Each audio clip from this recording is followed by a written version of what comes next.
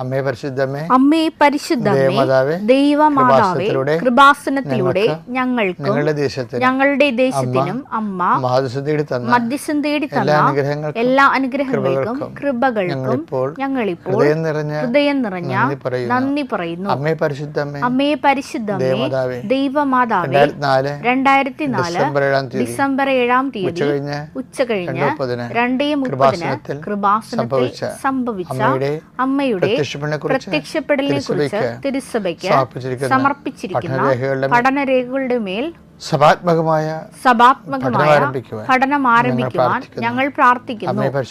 അമ്മേ പരിശുദ്ധമേ, ഭൂസ്വർലോകങ്ങളുടെ രാജ്ഞിയായ അങ്ങേയ്ക്ക് ഭൗമ സംരക്ഷണത്തിനായി പ്രപഞ്ച പ്രകൃതിയെ തന്നെ തിരുസഭ പ്രതിഷ്ഠിക്കുവാൻ ഈ പ്രത്യക്ഷീകരണം വഴി ഇടയാക്കണമേ.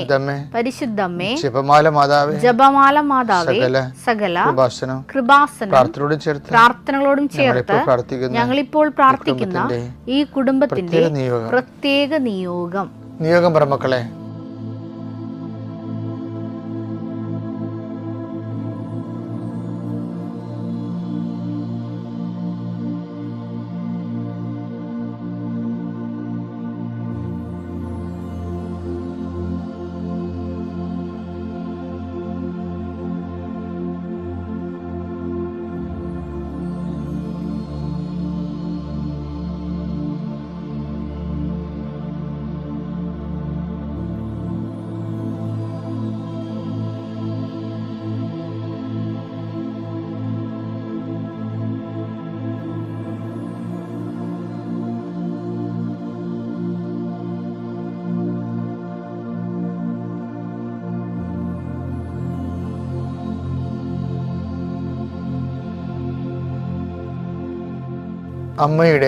അമ്മയുടെ പ്രത്യക്ഷീകരണത്തിന്റെ ഈ അനുഗ്രഹവേളയിൽ ഞങ്ങൾക്ക് സാധിച്ചു തരുവാൻ കനിയണമേ.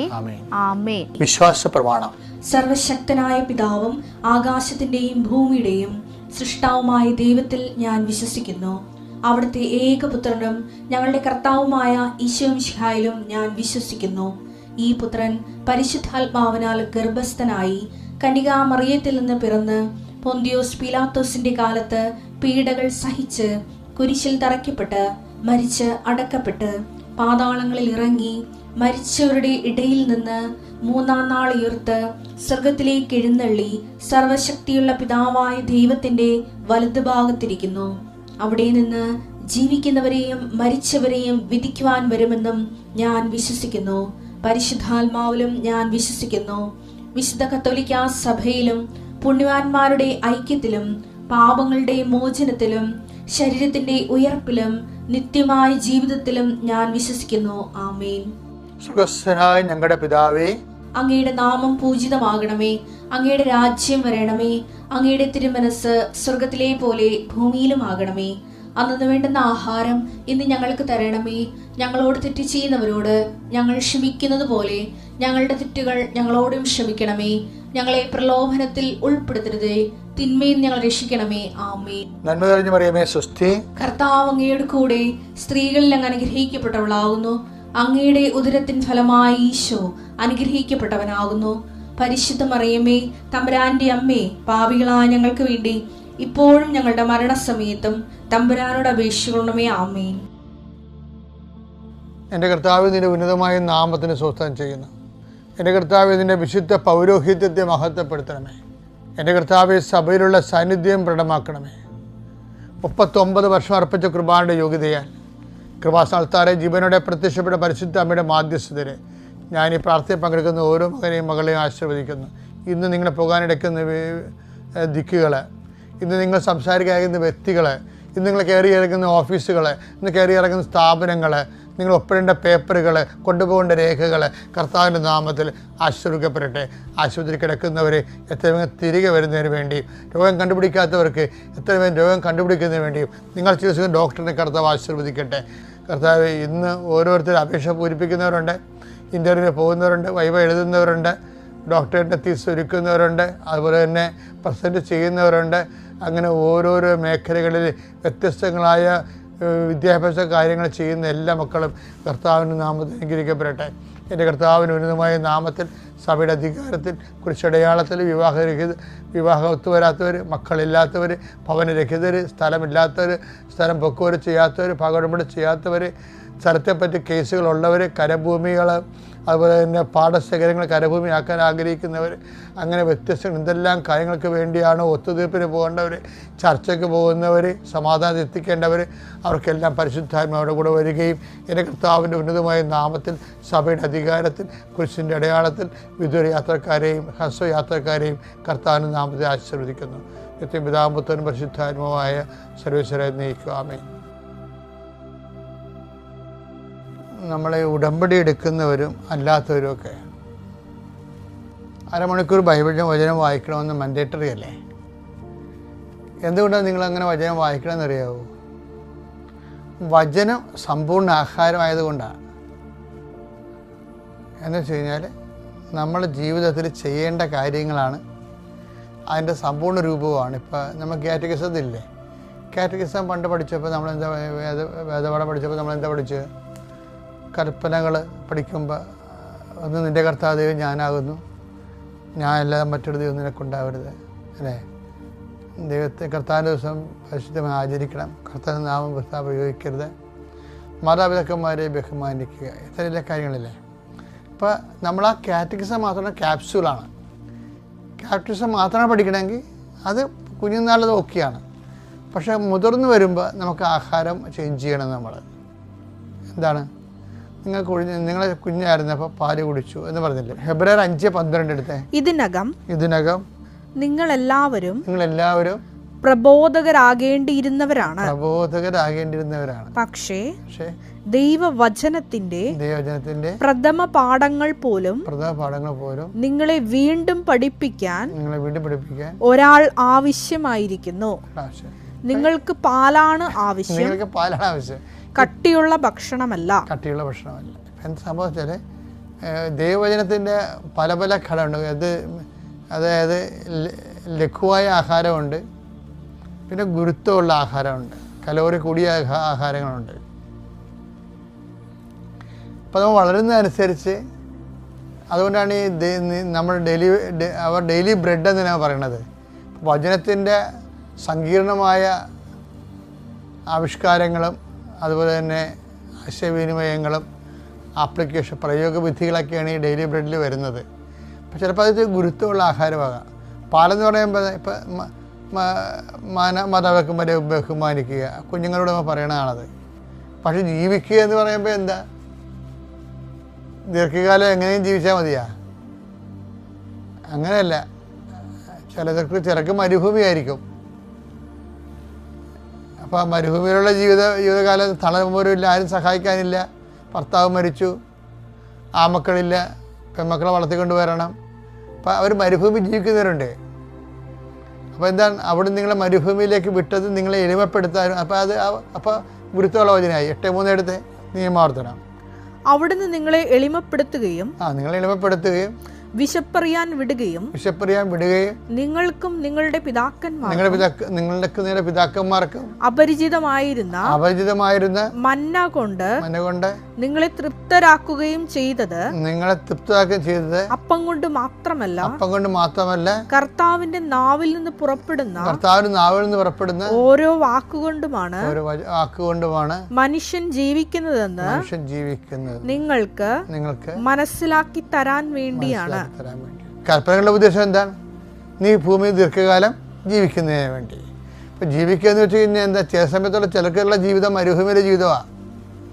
അപ്പോൾ എന്താ, അവരെ എളിമപ്പെടണം. കാര്യം എന്താണ്, നിങ്ങളുടെ പിതാക്കന്മാർക്കും അജ്ഞാതമായിരുന്ന മന്ന കൊണ്ട് നിങ്ങളെ തീറ്റിപ്പറ്റി. അപ്പോൾ നിങ്ങൾക്കറിയാത്ത വഴികളും അറിയാത്ത വഴികളിലൂടെ കർത്താവ് നിങ്ങളെ നയിക്കും. മരുഭൂമിയിലാണ് നിങ്ങളുടെ ഭർത്താവ് മരിച്ചു, അല്ലെങ്കിൽ വൈഫ് മരിച്ചു, കുഞ്ഞുങ്ങളെ നിങ്ങൾ ഒറ്റക്കാണ് നോക്കണത്. കുഞ്ഞുങ്ങളുടെ ഓരോ ആവശ്യം വരുമ്പോൾ മറ്റു കുഞ്ഞുങ്ങളൊക്കെ അപ്പം നമ്മൾ നടക്കുമ്പോൾ നിങ്ങളുടെ കുഞ്ഞുങ്ങൾ നടക്കാൻ പറ്റാതെ വരുമ്പോൾ നിങ്ങൾ ഇരുന്ന് പാവിട്ട് കലയും. ഇതാണ് മരുഭൂമി എന്ന് പറഞ്ഞത്. തണൽ മരങ്ങളെല്ലാം ഒറ്റപ്പെട്ട അവസ്ഥ. ഞാൻ എന്തെങ്കിലും സിമ്പിളായിട്ട് പറഞ്ഞു വെച്ച് കഴിഞ്ഞാൽ, ഞാനിപ്പോൾ 21 ലക്ഷത്തോളം ആൾക്കാരെ എല്ലാ ദിവസവും ഇതിലെ കേൾക്കണത്.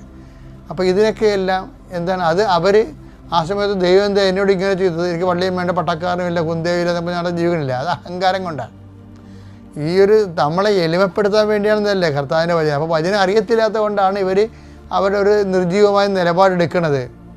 കാര്യത്തെ ഇങ്ങനെ ഈ ഒരു കാലഘട്ടങ്ങളിൽ ഇതിനേക്കാൾ കരുത്തായ നിലപാടെടുത്തവരെ ഞാൻ കണ്ടിട്ടുണ്ട്. അതുകൊണ്ടാണ് എനിക്കിങ്ങനെ മറ്റുള്ളവരോട് അത്ര കണ്ടൊരു മാർക്കിടാൻ തോന്നാത്തതിൻ്റെ കാരണം അതാണ്. പക്ഷേ ഇനി രസം എന്താ വെച്ചാൽ ദൈവത്തിൻ്റെ പൈതലാണെങ്കിൽ ദൈവത്തിന് 100% പ്രാധാന്യമുള്ള രീതിയിൽ ആണ് ഈ മരുഭൂമി അറേഞ്ച് ചെയ്തിരിക്കുന്നത്. എന്താണ്? ഞാൻ മരുഭൂമിയിലൂടെ കടന്നുപോയി, അപ്പോൾ നീ നഗ്നയായി കാണപ്പെട്ടു, നിനക്ക് ഉപ്പ് പുരട്ടാൻ ആരുമില്ലായിരുന്നു, പൊക്കിൾക്കൊടി മുറച്ചിട്ടില്ലായിരുന്നു. അപ്പം ഞാൻ നിന്നെ പറഞ്ഞ് ജീവിക്കുക, വയലിലെ ചെടി പോലെ വളരുക. അവിടെ ജീവിക്കാൻ വരുന്നില്ലേ? എസ്എകേൽ 16:6-7 ഞാൻ നിന്റെ അടുക്കിലൂടെ നിന്റെ അടുത്തൂടെ കടന്നുപോയി, നീ ചോരയിൽ കിടന്ന് ഉരുളുന്നത് കണ്ട് നിന്നോട് പറഞ്ഞു. ചോര എന്ന് പറയുമ്പോൾ എന്താണ്? തിക്താനുഭവങ്ങളിലൂടെയാണ് പോണത്. നീ തിക്താനുഭവങ്ങളിലൂടെ പോകുന്നത് ഞാൻ കണ്ടു. ജീവിക്കുക. ആത്മഹത്യ ചെയ്യാനല്ലേ പറഞ്ഞിരിക്കണേ? മനസ്സിലായില്ലേ? ജീവിക്കുക. തിക്താനുഭവങ്ങളിലൂടെ നീ കടന്നു പോകുന്നത് ഞാൻ കാണുന്നുണ്ട്. ചിലപ്പോൾ നിന്റെ അപ്പം കണ്ടില്ല, നാട്ടുകാർ കണ്ടില്ല, പാർട്ടിക്കാർ കണ്ടില്ല, പള്ളിക്കാർ കണ്ടില്ല, ഓക്കെ. പക്ഷെ ഞാൻ കാണുന്നുണ്ട്. എനിക്ക് നിന്നോട് പറയാനുള്ളത് ആത്മഹത്യ ചെയ്യാനല്ല പോയി. പിന്നെ എന്താണ്? ജീവിക്കുക. എന്ത് ചെയ്യണം? വയലിലെ ചെടി പോലെ വളരാൻ. വയലിലെ ചെടി എന്ന് പറഞ്ഞത് നഴ്സറി പ്ലാന്റാണ്. നഴ്സറി പ്ലാന്റിന് സമയാസമയങ്ങളിൽ വെള്ളവും കിട്ടും, വെളിച്ചവും കിട്ടും, വളവും കിട്ടും.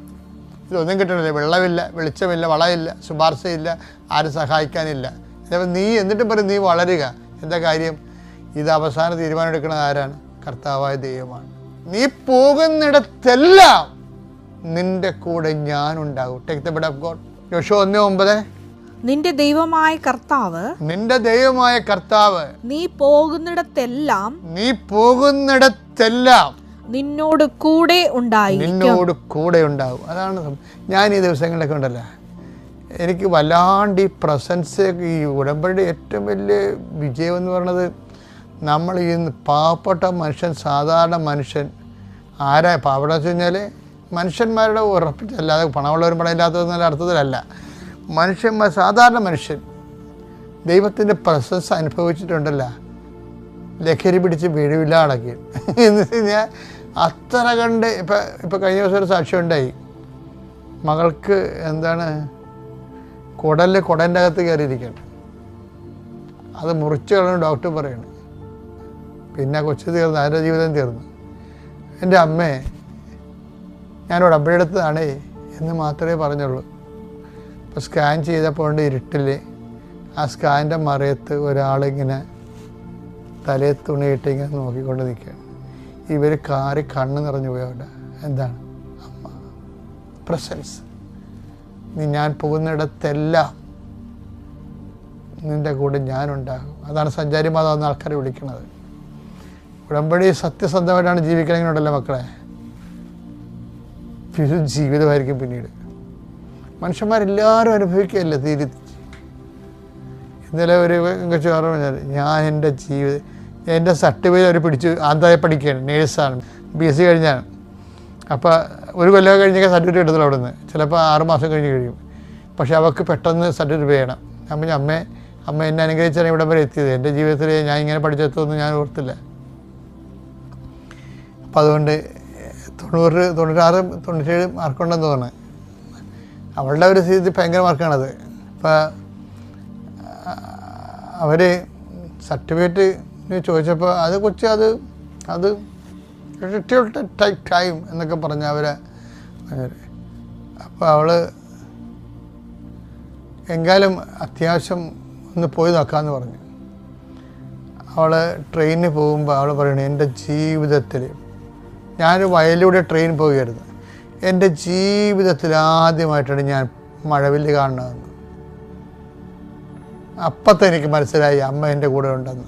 ഞാൻ ചെന്ന് സാറിനോട് പറഞ്ഞു, സാറേ ഞാൻ ഇന്ന സത്യസത്യത്തിൽ ജീവിക്കുന്ന ആളാണ്, എനിക്ക് സർട്ടിഫിക്കറ്റ് തരണം. പറഞ്ഞു 16 പേര് ഉണ്ട് സർട്ടിഫിക്കറ്റ് വാങ്ങിക്കാൻ നിൽക്കുന്നത്, ഒരെണ്ണത്തെയും കിട്ടിയിട്ടില്ല. ഈ സാറ് നാളെ അവിടെ നിന്ന് പോവുകയാണ്.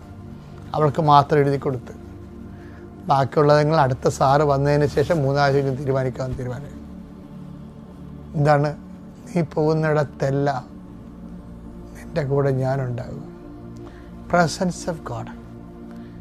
ഇപ്പം എല്ലായിടത്തും നിങ്ങൾ ഈ ഉടമ്പടി എടുത്തവർ പല കാര്യങ്ങളെക്കുറിച്ച് ആവശ്യമില്ലാതെ ചിന്തിച്ച് തലകുത്തി മറിനേക്കാൾ നല്ലത് പ്രസൻസിന് വേണ്ടി ചോദിക്കൂ. അതിപ്പോൾ സൗജന്യമായിട്ട് ദാനമായിട്ട് എല്ലാവർക്കും അനുഭവവേദ്യമാകണ ദൈവം നമുക്ക് വരദാനം പോലെ മന്ന വർഷിക്കണ പോലെയാണ് ഇപ്പോൾ പ്രസൻസ് വർഷിക്കണം, സാന്നിധ്യം കൊടുക്കുന്ന ആൾക്കാർ. അപ്പോൾ ഇതിൻ്റെ കൺക്ലൂഷൻ എന്താണെന്ന് നമുക്കൊക്കെ മനസ്സിലായില്ലേ? കാറ്റഗറിസത്തിൽ നമ്മൾ പഠിക്കണത് ആ ക്യാപ്സൂളാണ്. മാതാപിതാക്കന്മാർ ബഹുമാനിക്കുക, കൊല്ലരുത്, വിചാരിച്ച് ചെയ്യരുത്. പക്ഷേ അതിൻ്റെ ബൈബിൾ ഭാഗങ്ങൾ കൂടി ജീവിക്കുമ്പോൾ എന്താണ്? നീ ഭൂമിയിൽ ദീർഘകാലം ജീവിക്കാൻ വേണ്ടിയാണ്. തന്നെ അമ്മ മാതാവിനും തിരുക്കുമാരനും ഞാൻ നന്ദി പറയുന്നു. എൻ്റെ പേര് മേരി ജേക്കബ്. ഞാൻ എറണാകുളം ജില്ലയിൽ പുതുവൈപ്പിൽ സെൻറ്റ് സെബാസ്റ്റ്യൻ ഇടവകയിൽ നിന്ന് ക്രിസ്തുരാജ് ദേവാലയത്തിൽ നിന്ന് വരുന്നു. ഞാനിവിടെ ആദ്യമായിട്ട് വന്നത് ഓഗസ്റ്റ് 13-ാം തീയതിയാണ് ഞാൻ ആദ്യമായിട്ട് ഇവിടെ വന്നത്. വരാനുണ്ടായിരുന്ന കാരണം എൻ്റെ വീട്ടിൽ ഒത്തിരി പ്രശ്നങ്ങളുണ്ടായിരുന്നു. കടങ്ങൾ മൂലം ഒത്തിരി പ്രശ്നങ്ങളുണ്ടായിരുന്നു. ഞങ്ങൾക്കൊരു വണ്ടി ഉണ്ടായിരുന്നു. ആ വണ്ടി ജപ്തിയാകണ ഒരു സ്റ്റേജ് വരെ ആയിരുന്നു. ആ സമയത്ത് എന്ത് ചെയ്യണമെന്ന് എനിക്കറിയില്ല. ഞാൻ 2 ദിവസം കംപ്ലീറ്റ് ഞാൻ കിടന്ന് കരച്ചിലായിരുന്നു. കംപ്ലീറ്റായിട്ട് ഞാൻ കരച്ചിലായിരുന്നു. അപ്പോഴാണ് ഞാൻ പെട്ടെന്ന് യൂട്യൂബ് എടുത്ത് നോക്കിയപ്പോൾ നമ്മളുടെ ജോസഫ് അച്ഛൻ്റെ ഉടമ്പടി ധ്യാനം കിട്ടിയായിരുന്നു. അപ്പോൾ ഞാനത് മുഴുവനും പങ്കെടുത്ത് പ്രാർത്ഥിച്ചായിരുന്നു. അതേ തുടർന്ന് ഇങ്ങോട്ട് ഞാൻ ഉടമ്പടി ധ്യാനവും ലൈവായിട്ടുള്ള ധ്യാനവും ഞാൻ നന്നായിട്ട് അതീവ തീഷ്ണയോടും കൂടെ ഞാൻ പങ്കെടുത്ത് പ്രാർത്ഥിച്ച് 3-ൻ്റെ അന്ന് ഞാൻ ചേട്ടനോട് ചോദിക്കുകയാണ്, ചേട്ടൻ ഞാനൊന്ന് കൃപാസനത്തിലൊന്ന് പോയിട്ട് വരട്ടെ എന്ന്. അപ്പോൾ ചേട്ടൻ പറഞ്ഞ്, നിനക്ക് കൃപാസനത്തിൽ പോകാനായിട്ട് അറിയാമോ? അപ്പോൾ ഞാൻ ചേട്ടനോട് പറയണേണ്, എന്നെ അമ്മ മാതാവ് കൊണ്ടുപോകും, അവിടെ എത്തിക്കും, എനിക്ക് ആഗ്രഹമുണ്ട് അവിടെ എത്താനായിട്ട്. അപ്പോൾ ചേട്ടൻ പറഞ്ഞ്, നീ പോയിട്ട് വാന്നാലെന്ന് പറഞ്ഞു. അങ്ങനെ ഞാനിവിടെ വരികയാണ്. വരണ സമയത്ത് ആ സമയത്ത് എനിക്ക് ഡിസ്കിന് കംപ്ലൈൻ്റ് ഉണ്ട്. ഡിസ്കിന് കംപ്ലൈൻ്റായിട്ട് 20 വർഷമായി. ആ ഡിസ്ക് ഓപ്പറേഷൻ ചെയ്യണമെന്ന്, എത്രയും പെട്ടെന്ന് ഓപ്പറേഷൻ ചെയ്യണമെന്നൊക്കെ പറഞ്ഞിരിക്കണമായിരുന്നു. പക്ഷേ എനിക്ക് നിവർന്ന് നടക്കാനോ ഒന്നും പറ്റാത്ത സാഹചര്യമാണ്. ഞാനിവിടെ വന്നപ്പോൾ ആരെങ്കിലും കണ്ടിട്ടുണ്ടോ എന്നറിയില്ല, എന്നെ മുട്ടുന്നവർ അന്ന് വീഴും, അതുപോലെയാണ് ഞാൻ നടന്നുകൊണ്ടിരുന്നത് വെച്ചത്. അതുകൂടാതെ ഒരു ആക്സിഡൻറ്റും ഉണ്ടായി, മുട്ടിൻ്റെ ലിഗമെൻറ്റിനും കംപ്ലൈൻ്റ് ഉണ്ടായിരുന്നു. അങ്ങനെ അതും ഓപ്പറേഷൻ ചെയ്യണമെന്ന് പറഞ്ഞിട്ട് ഇത് രണ്ടും ഓപ്പറേഷൻ ചെയ്യാണ്ടാണ് ഞാൻ പേടിച്ചിട്ട് ഓപ്പറേഷൻ ചെയ്യാതെയാണ് ഞാൻ നടന്നിരുന്നത്. ഇവിടെ ഞാൻ വരുമ്പോൾ പട്ടീസ് മുട്ടുകാലിൽ കയറ് ചുറ്റുന്ന പോലെ ചുറ്റിയിട്ടാണ് ഞാൻ വന്നത്. അതൊരു അരമണിക്കൂർ കഴിയുമ്പോൾ നമ്മൾ ഊരി വെക്കണം, ഇല്ലാന്നുണ്ടെങ്കിൽ എനിക്ക് ശക്തമായ വേദനയായിരിക്കുള്ളൂ. ഞാനപ്പോൾ വീട്ടിൽ നിന്ന് എറണാകുളത്ത് നിന്ന് ഇവിടം വരെയും വരുന്ന സമയത്ത് ഞാനതൊന്ന് കെട്ടിയിട്ട് ഞാൻ മാതാവിനോട് പറഞ്ഞു, മാതാവേ ഞാൻ നിൻ്റെ തിരുമുൻപിൽ വരികയാണ്, ഞാൻ ഇവിടെ തിരിച്ചെത്തുമ്പോൾ എത്ര മണിയാവുമെന്ന് എനിക്കറിയില്ല, ഈ കാലിൻ്റെ കെട്ടിയതിൻ്റെ ഇടയിൽ എനിക്ക് കഴിക്കാൻ പറ്റില്ല, അമ്മ ഏറ്റെടുക്കണം കേട്ടോ എന്ന് പറഞ്ഞ് ഞാൻ വണ്ടിയിൽ കാല് നീട്ടി നിവർത്തി വെച്ചാണ് ഞാൻ ബസ്സിലിരുന്ന് വന്നത്. ഇവിടെ വന്ന് ഞാൻ ഈ പീഠത്തിൽ കമന്ന് കിടന്ന് ഞാൻ പ്രാർത്ഥിച്ച്, അതിക്ക് മുന്നേ ബസ്സിൽ നിന്ന് ഇറങ്ങണതിന് മുന്നേ ഞാൻ അമ്മ മാതാവിനോട് പ്രാർത്ഥിച്ച്, മാതാവേ അമ്മയുടെ ഈ പരിശുദ്ധ പാവനമായ ഈ മുറ്റത്ത് കാലുകുത്താൻ എനിക്ക് യോഗ്യതയുണ്ടോ എന്ന് എനിക്കറിയില്ല. ഞാൻ ആ മുറ്റത്ത് കാലുകുത്തണ സമയത്ത് എനിക്കുണ്ടായ അനുഭവം, എൻ്റെ ശരീരം മേലാകെ ഒരു ഭയങ്കര ഭാരത്തോട് വന്ന് ഞാൻ ഒരു കുളിർമയോടുകൂടെയുള്ള ആ ഒരു അനുഭവമാണ് എനിക്കുണ്ടായിരുന്നത്. എന്നിട്ട് ഞാനിവിടെ വന്ന് ഈ പീഠത്തിൽ കമന്ന് കിടന്ന് കരച്ചിലായിരുന്നു. എൻ്റെ എല്ലാ സങ്കടങ്ങളും അമ്മ മാതാവിനോട് ഞാൻ സമർപ്പിച്ച് പ്രാർത്ഥിച്ച് ഇവിടെ മാതാവിൻ്റെ അടുത്ത് വരാനായിട്ടുണ്ടായ കാരണം ഞങ്ങളുടെ ഓട്ടോറിക്ഷ ജപ്തിയായിട്ട് നിൽക്കണമായിരുന്നു. അപ്പോഴും ഞാൻ ഈ യൂട്യൂബിൽ ധ്യാനത്തിൽ പങ്കെടുത്ത് പ്രാർത്ഥിച്ച്, അപ്പം ഞാൻ മാതാവിനോട് ഇങ്ങനെ പ്രാർത്ഥിച്ചായിരുന്നു ഇവിടെ വന്നപ്പം, മാതാവേ ഞങ്ങളുടെ വണ്ടി 10 വർഷമായി ടെസ്റ്റ് നടത്താനായിട്ട് ഞങ്ങൾക്ക് പറ്റണില്ല, പൈസയില്ല, അപ്പം എന്തു ചെയ്യും, ഞങ്ങൾക്ക് വേറെ വഴിയൊന്നുമില്ല. അതുകൊണ്ട് അമ്മ മാതാവ് ബാങ്കിലാണെങ്കിൽ ജപ്തി നിൽക്കണം, അമ്മ മാതാവ് ഇടപെട്ടിട്ട് അത് ഞങ്ങൾക്ക് എന്താണെന്നുള്ളത് അമ്മയുടെ ഇഷ്ടം പോലെ തിരിഹിതം പോലെ ഞങ്ങൾക്ക് സാധിച്ചു തരണമേ എന്ന് ഞാൻ പ്രാർത്ഥിച്ചിട്ട് പോയായിരുന്നു. അങ്ങനെ ഞാൻ ഡേറ്റ് ഇട്ട് പ്രാർത്ഥിച്ച് ഓഗസ്റ്റ് 5-ാം തീയതി പള്ളിപ്പുറത്തെ മഞ്ഞമാതാവിൻ്റെ പെരുന്നാളാണ്. ആ അമ്മയുടെ പെരുന്നാളിന് മുൻപായിട്ട് ഓട്ടോയുടെ കടം തീർത്ത് തരണമെന്ന് ഞാൻ അമ്മയോട് പ്രാർത്ഥിച്ച് ഓഗസ്റ്റ് 5-ന് മുൻപ് തന്നെ ഓട്ടോറിക്ഷയുടെ കടം എങ്ങനെയൊക്കെയാണെന്ന് എനിക്കറിയില്ല. അതുവരെ ഞാൻ ഒത്തിരി പേരുടെ അടുത്ത് പൈസ ചോദിക്കുമായിരുന്നു, അതൊന്നും എനിക്ക് കിട്ടണ്ടായിരുന്നില്ല. പക്ഷേ എങ്ങനെയൊക്കെ ആരൊക്കെയോ സഹായിച്ച് ഞങ്ങളുടെ ഓട്ടോറിക്ഷയുടെ കടം തീർത്തു. ഓട്ടോറിക്ഷയുടെ കടം തീർത്തത് കൊണ്ട് മാത്രമായില്ല, വണ്ടിയുടെ ടെസ്റ്റ് അത് കഴിഞ്ഞിട്ട് ഉണ്ട്, അതിനൊരു 19,000 രൂപയാകും. പക്ഷേ ആ ടെസ്റ്റ് നടത്താൻ ഞങ്ങളുടെ കയ്യിൽ പൈസ ഇല്ല. ഞാൻ ഇവിടെ വന്ന് അമ്മ മാതാവിനോട് ഈ തൂണിൻ ചാരി നിന്ന് ഞാൻ അമ്മ മാതാവിന് സമർപ്പിച്ച് പ്രാർത്ഥിച്ച്, അമ്മ മാതാവ്, ഞങ്ങൾക്ക് ഓട്ടോറിക്ഷ ടെസ്റ്റ് നടത്താനായിട്ട് സാധിക്കണില്ല, പൈസ ഇല്ല, അതുകൊണ്ട് അമ്മ എന്താണെന്നുള്ളത് ഞങ്ങൾക്ക് സാധിച്ചു തരണം, ഒന്നല്ലെങ്കിൽ അത് കച്ചവടമാക്കി തരണം, അല്ലെങ്കിൽ ടെസ്റ്റ് നടത്താനുള്ള പൈസ ഞങ്ങൾക്ക് കണ്ടെത്തി തരണമെന്ന് പറഞ്ഞു. അങ്ങനെ ഇവിടെ നിന്ന് പ്രാർത്ഥിച്ച് പോയതിന് ശേഷം അതിക്ക് മുന്നേ തന്നെ 40,000 രൂപയാണ് ഓട്ടോറിക്ഷയ്ക്ക് അവർ വിലയിട്ടിരുന്നത്. ഞാനിവിടെ വന്ന് പ്രാർത്ഥിച്ച് പോയതിന് ശേഷം 95 രൂപയ്ക്ക് ഞങ്ങളുടെ ഓട്ടോറിക്ഷ, അതായത് 10 വർഷം ഓടിപ്പഴക്കമുള്ളതും ടെസ്റ്റ് നടത്താത്തതുമായ ഓട്ടോറിക്ഷയാണ് 95 രൂപയ്ക്ക് ഞങ്ങൾക്ക് കച്ചവടമായി അമ്മ മാതാവ് സാധിച്ചു തന്നത്. അതിന് ഞാൻ 1000 നന്ദി അമ്മയ്ക്കും പുത്രനും സമർപ്പിക്കണം. പിന്നീടുണ്ടായത്, ഞങ്ങളുടെ വീട്ടിൽ ഒത്തിരി ബുദ്ധിമുട്ടുകളും ക്ലേശങ്ങളും ഉണ്ടായിരുന്നെന്ന് ഞാൻ പറഞ്ഞല്ല. അമ്മ മാതാവിനോട് പ്രാർത്ഥിച്ചതിൻ്റെ ഫലമായ ആ ബുദ്ധിമുട്ടുകളും ക്ലേശങ്ങളും എല്ലാം മാറിക്കിട്ടി. 2-3 പ്രാവശ്യം തുടക്കത്തിൽ ഇവിടെ വരുമ്പോൾ ഞാൻ കരഞ്ഞിട്ടേ പോകുള്ളായിരുന്നു. ഒരു പ്രാവശ്യം എന്നോട് ഞാൻ മാതാവിനെ നോക്കി ഇങ്ങനെ പ്രാർത്ഥിക്കുന്ന സമയത്ത്, നീ എന്തിനാണ് കരയണത്, ഇനി കരയരുത് എന്നുള്ള ആ ഒരു ഇതെൻ്റെ ഉള്ളിൽ ഇങ്ങനെ തോന്നിച്ച്. ഞാനിപ്പോൾ ആദ്യത്തെ അവസ്ഥയിലായിരുന്നെങ്കിൽ ഞാൻ ഇത്രയും കാര്യങ്ങൾ പറയുമ്പോൾ എനിക്ക് പറയാൻ പറ്റില്ല, കരച്ചിലായിരിക്കും. അമ്മ മാതാവ് ആ ഒരു കൃപ എനിക്ക് നൽകി എന്നെ അനുഗ്രഹിച്ചിട്ടുണ്ട്. പിന്നെ ഞങ്ങളുടെ വീട്ടിൽ ഈ കഴിഞ്ഞ മാസം എൻ്റെ നാത്തുവിന് കണ്ണിന് കാഴ്ച നഷ്ടപ്പെട്ടായിരുന്നു. അപ്പോൾ ഞാൻ വിശുദ്ധ തൈലവും കാശുരൂപവും കൊണ്ട് കുരിശ് വരച്ച് പ്രാർത്ഥിക്കാൻ വേണ്ടിയിട്ട് വഴിയിൽ പോയിട്ട് വരുന്ന സമയത്ത് അനിയനാണ് കൊണ്ടുവന്നത്. അപ്പോൾ വണ്ടിക്ക് മുന്നേ പട്ടി വട്ടം ചാടിയായിരുന്നു. അപ്പോൾ പട്ടി വട്ടം ചാടിയിട്ട് വണ്ടിയിൽ വന്നിടിച്ച് സ്കൂട്ടറിന്മേൽ ഇടിച്ചായിരുന്നു. സ്കൂട്ടർ രണ്ട് പ്രാവശ്യം കണ്ടും വട്ടം കറങ്ങിയായിരുന്നു. ആ വട്ടം കറങ്ങിയ സമയത്ത് ഭയങ്കര സ്പീഡായിരുന്നു. ആ സ്പീഡിൽ നോക്കണമെങ്കിൽ തെറിച്ചു പോകും ഞാൻ. അത് അങ്ങനത്തെ ഒരവസ്ഥയായിരുന്നു. പക്ഷേ ഞാൻ എന്താണ് നടക്കണതെന്ന് പോലും എനിക്കറിയാൻ പറ്റണില്ല.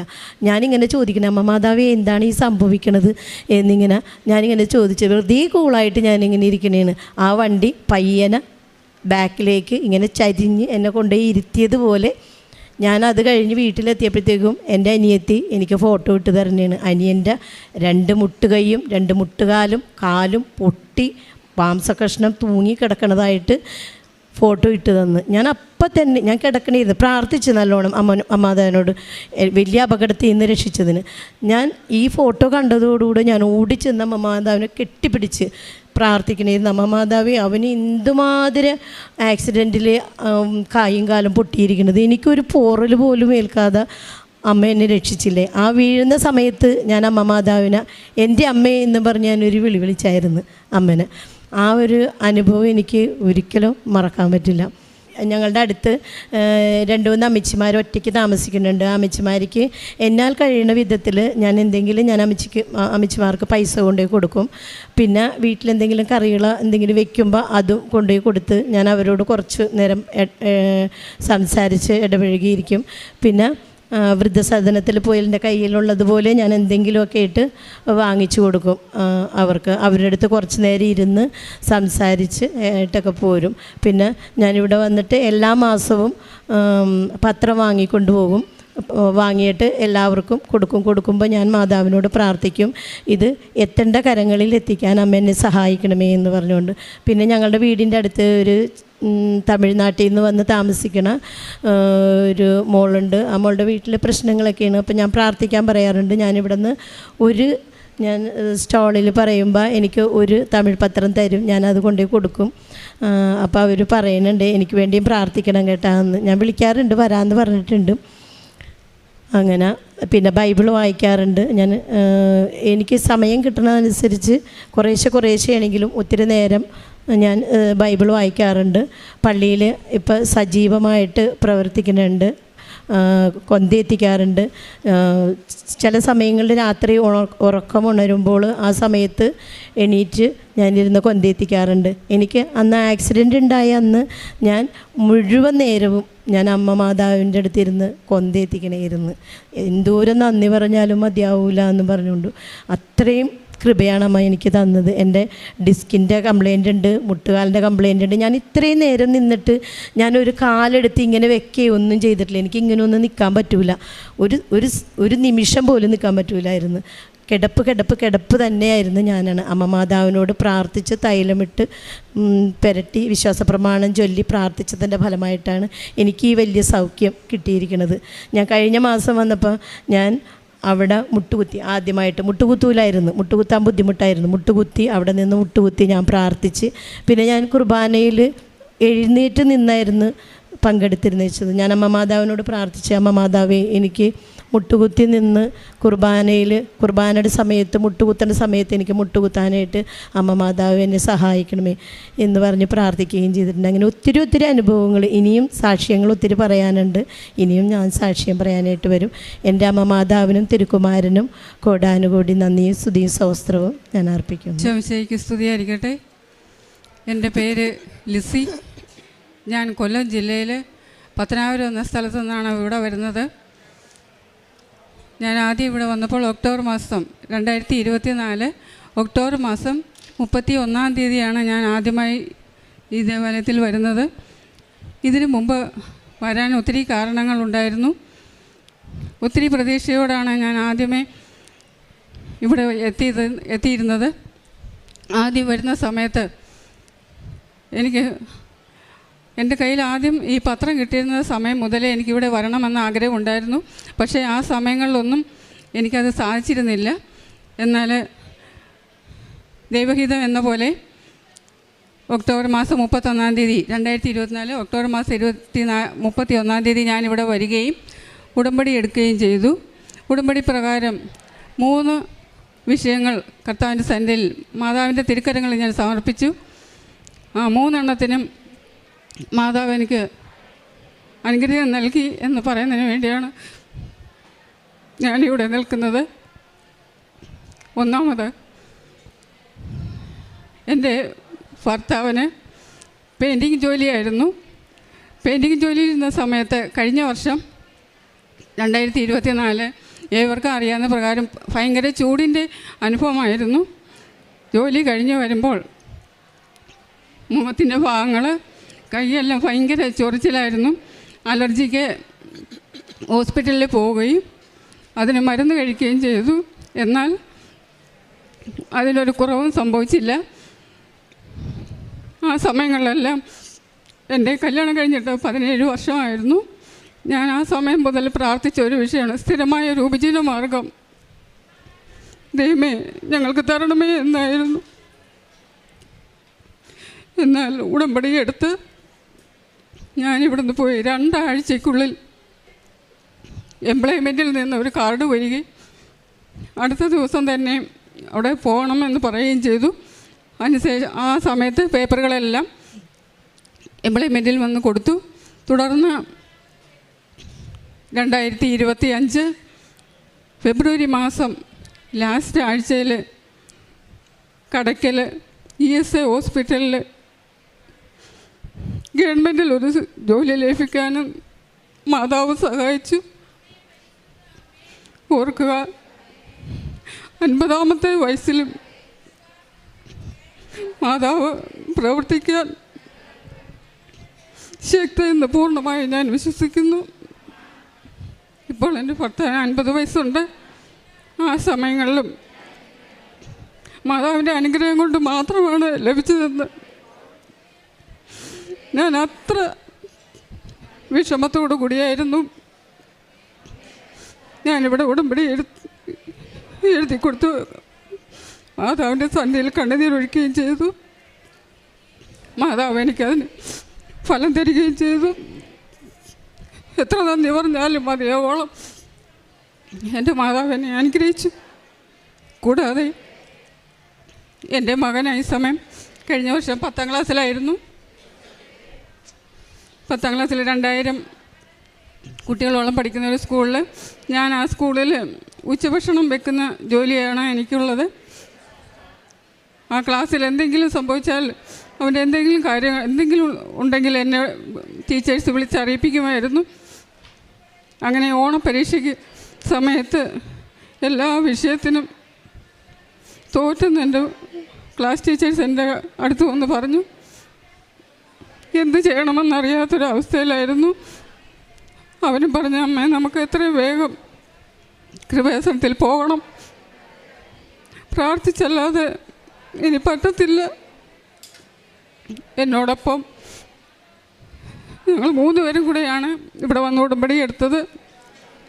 ക്രിസ്തുമസ് പരീക്ഷയായപ്പോൾ ഓണപ്പരീക്ഷയ്ക്ക് എല്ലാ വിഷയത്തിനും തോറ്റ വ്യക്തി,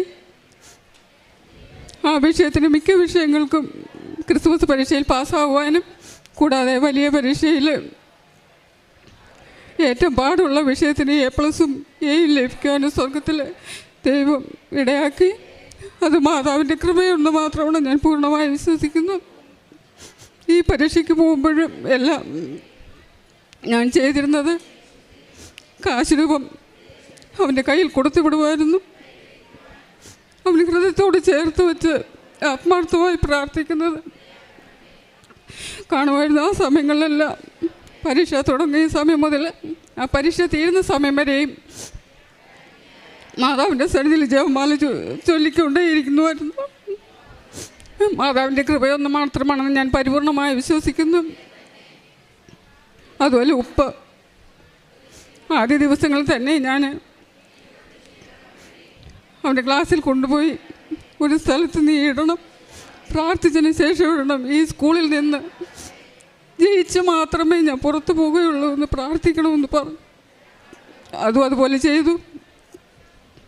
അങ്ങനെ 10ാം ക്ലാസ്സിൽ വിജയം ലഭിക്കുവാൻ മാതാവിൻ്റെ അനുഗ്രഹത്താൽ സാധിച്ചു. കൂടാതെ എൻ്റെ വീട് മൊത്തം പണി തീരാതെ കിടക്കുകയായിരുന്നു.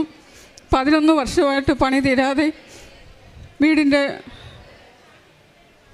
അതെന്ത് ചെയ്യണമെന്ന് അറിയാൻ പോലും പറ്റാത്തൊരവസ്ഥയായിരുന്നു. ഏത് രൂപത്തിൽ ചെയ്യും? കടങ്ങളുണ്ട്, എന്നെക്കൊണ്ട് യാതൊരു നിവൃത്തിയില്ലായിരുന്നു.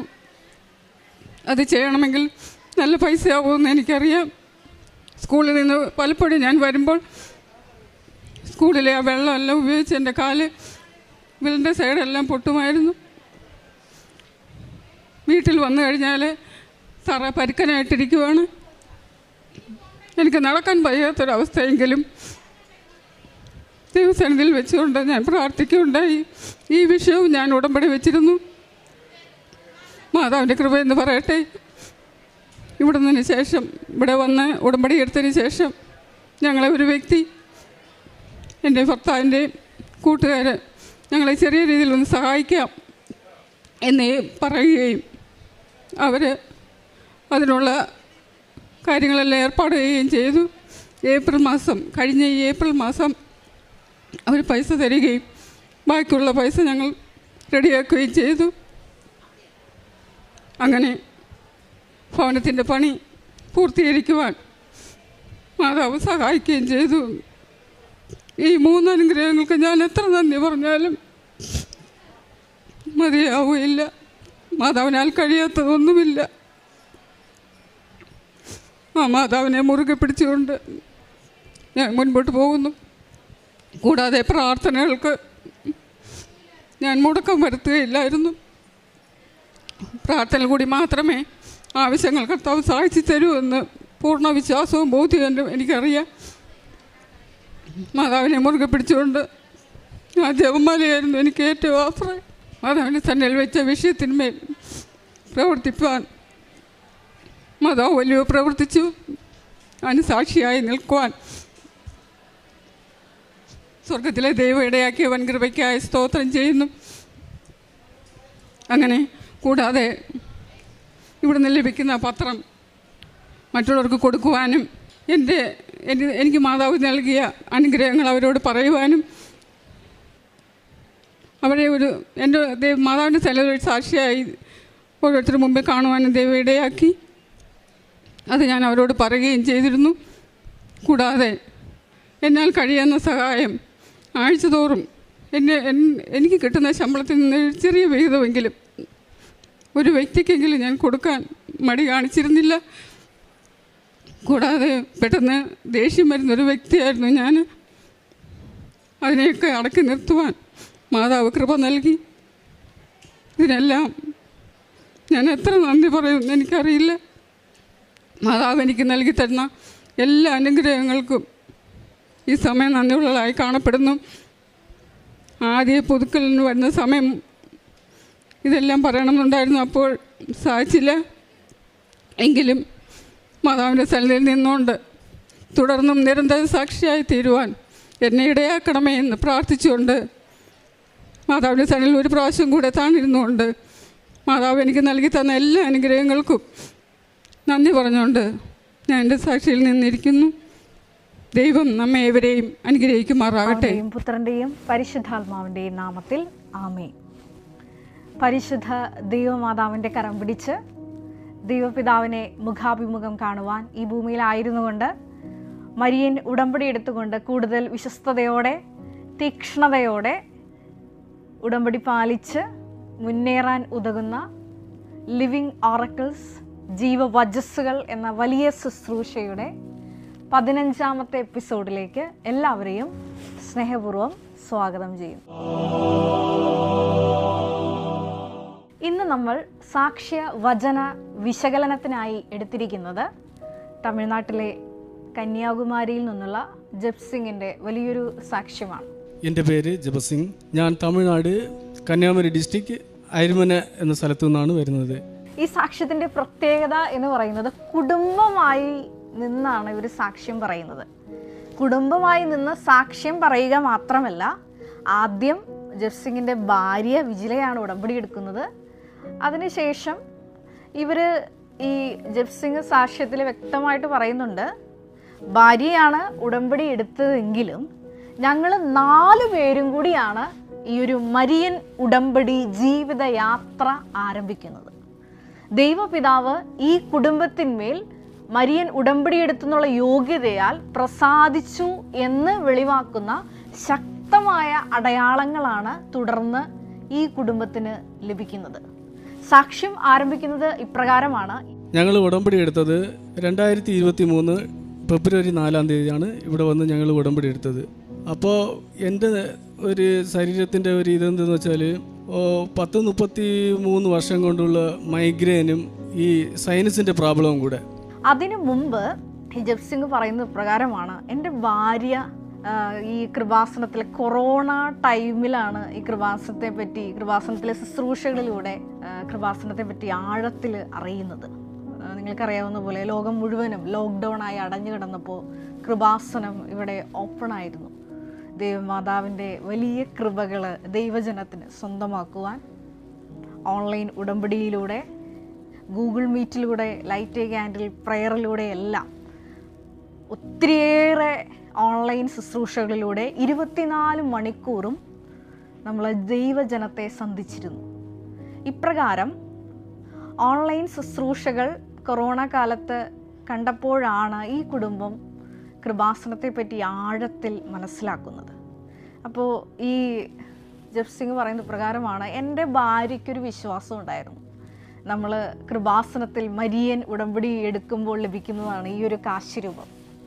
ഇത് ബഹുമാനപ്പെട്ട VP ജോസഫ് അച്ഛൻ പറയുന്നത്, മരിയൻ ഉടമ്പടി എടുക്കുന്നവരുടെ ആധാരമാണ് ഈ ഒരു കാശിരൂപം എന്നാണ്.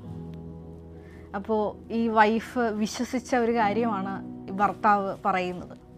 ഈ ഒരു കൃപാസനത്തിലെ മരിയൻ ഉടമ്പടി കാശിരൂപം കയ്യിൽ കിട്ടിയാൽ മാത്രം മതി, ഒന്ന് സ്പർശിച്ചാൽ മതി, എൻ്റെ ഭർത്താവിൻ്റെ അസുഖം പൂർണ്ണമായി സുഖപ്പെടുമെന്ന് ഈ ഭാര്യ വിശ്വസിച്ചു.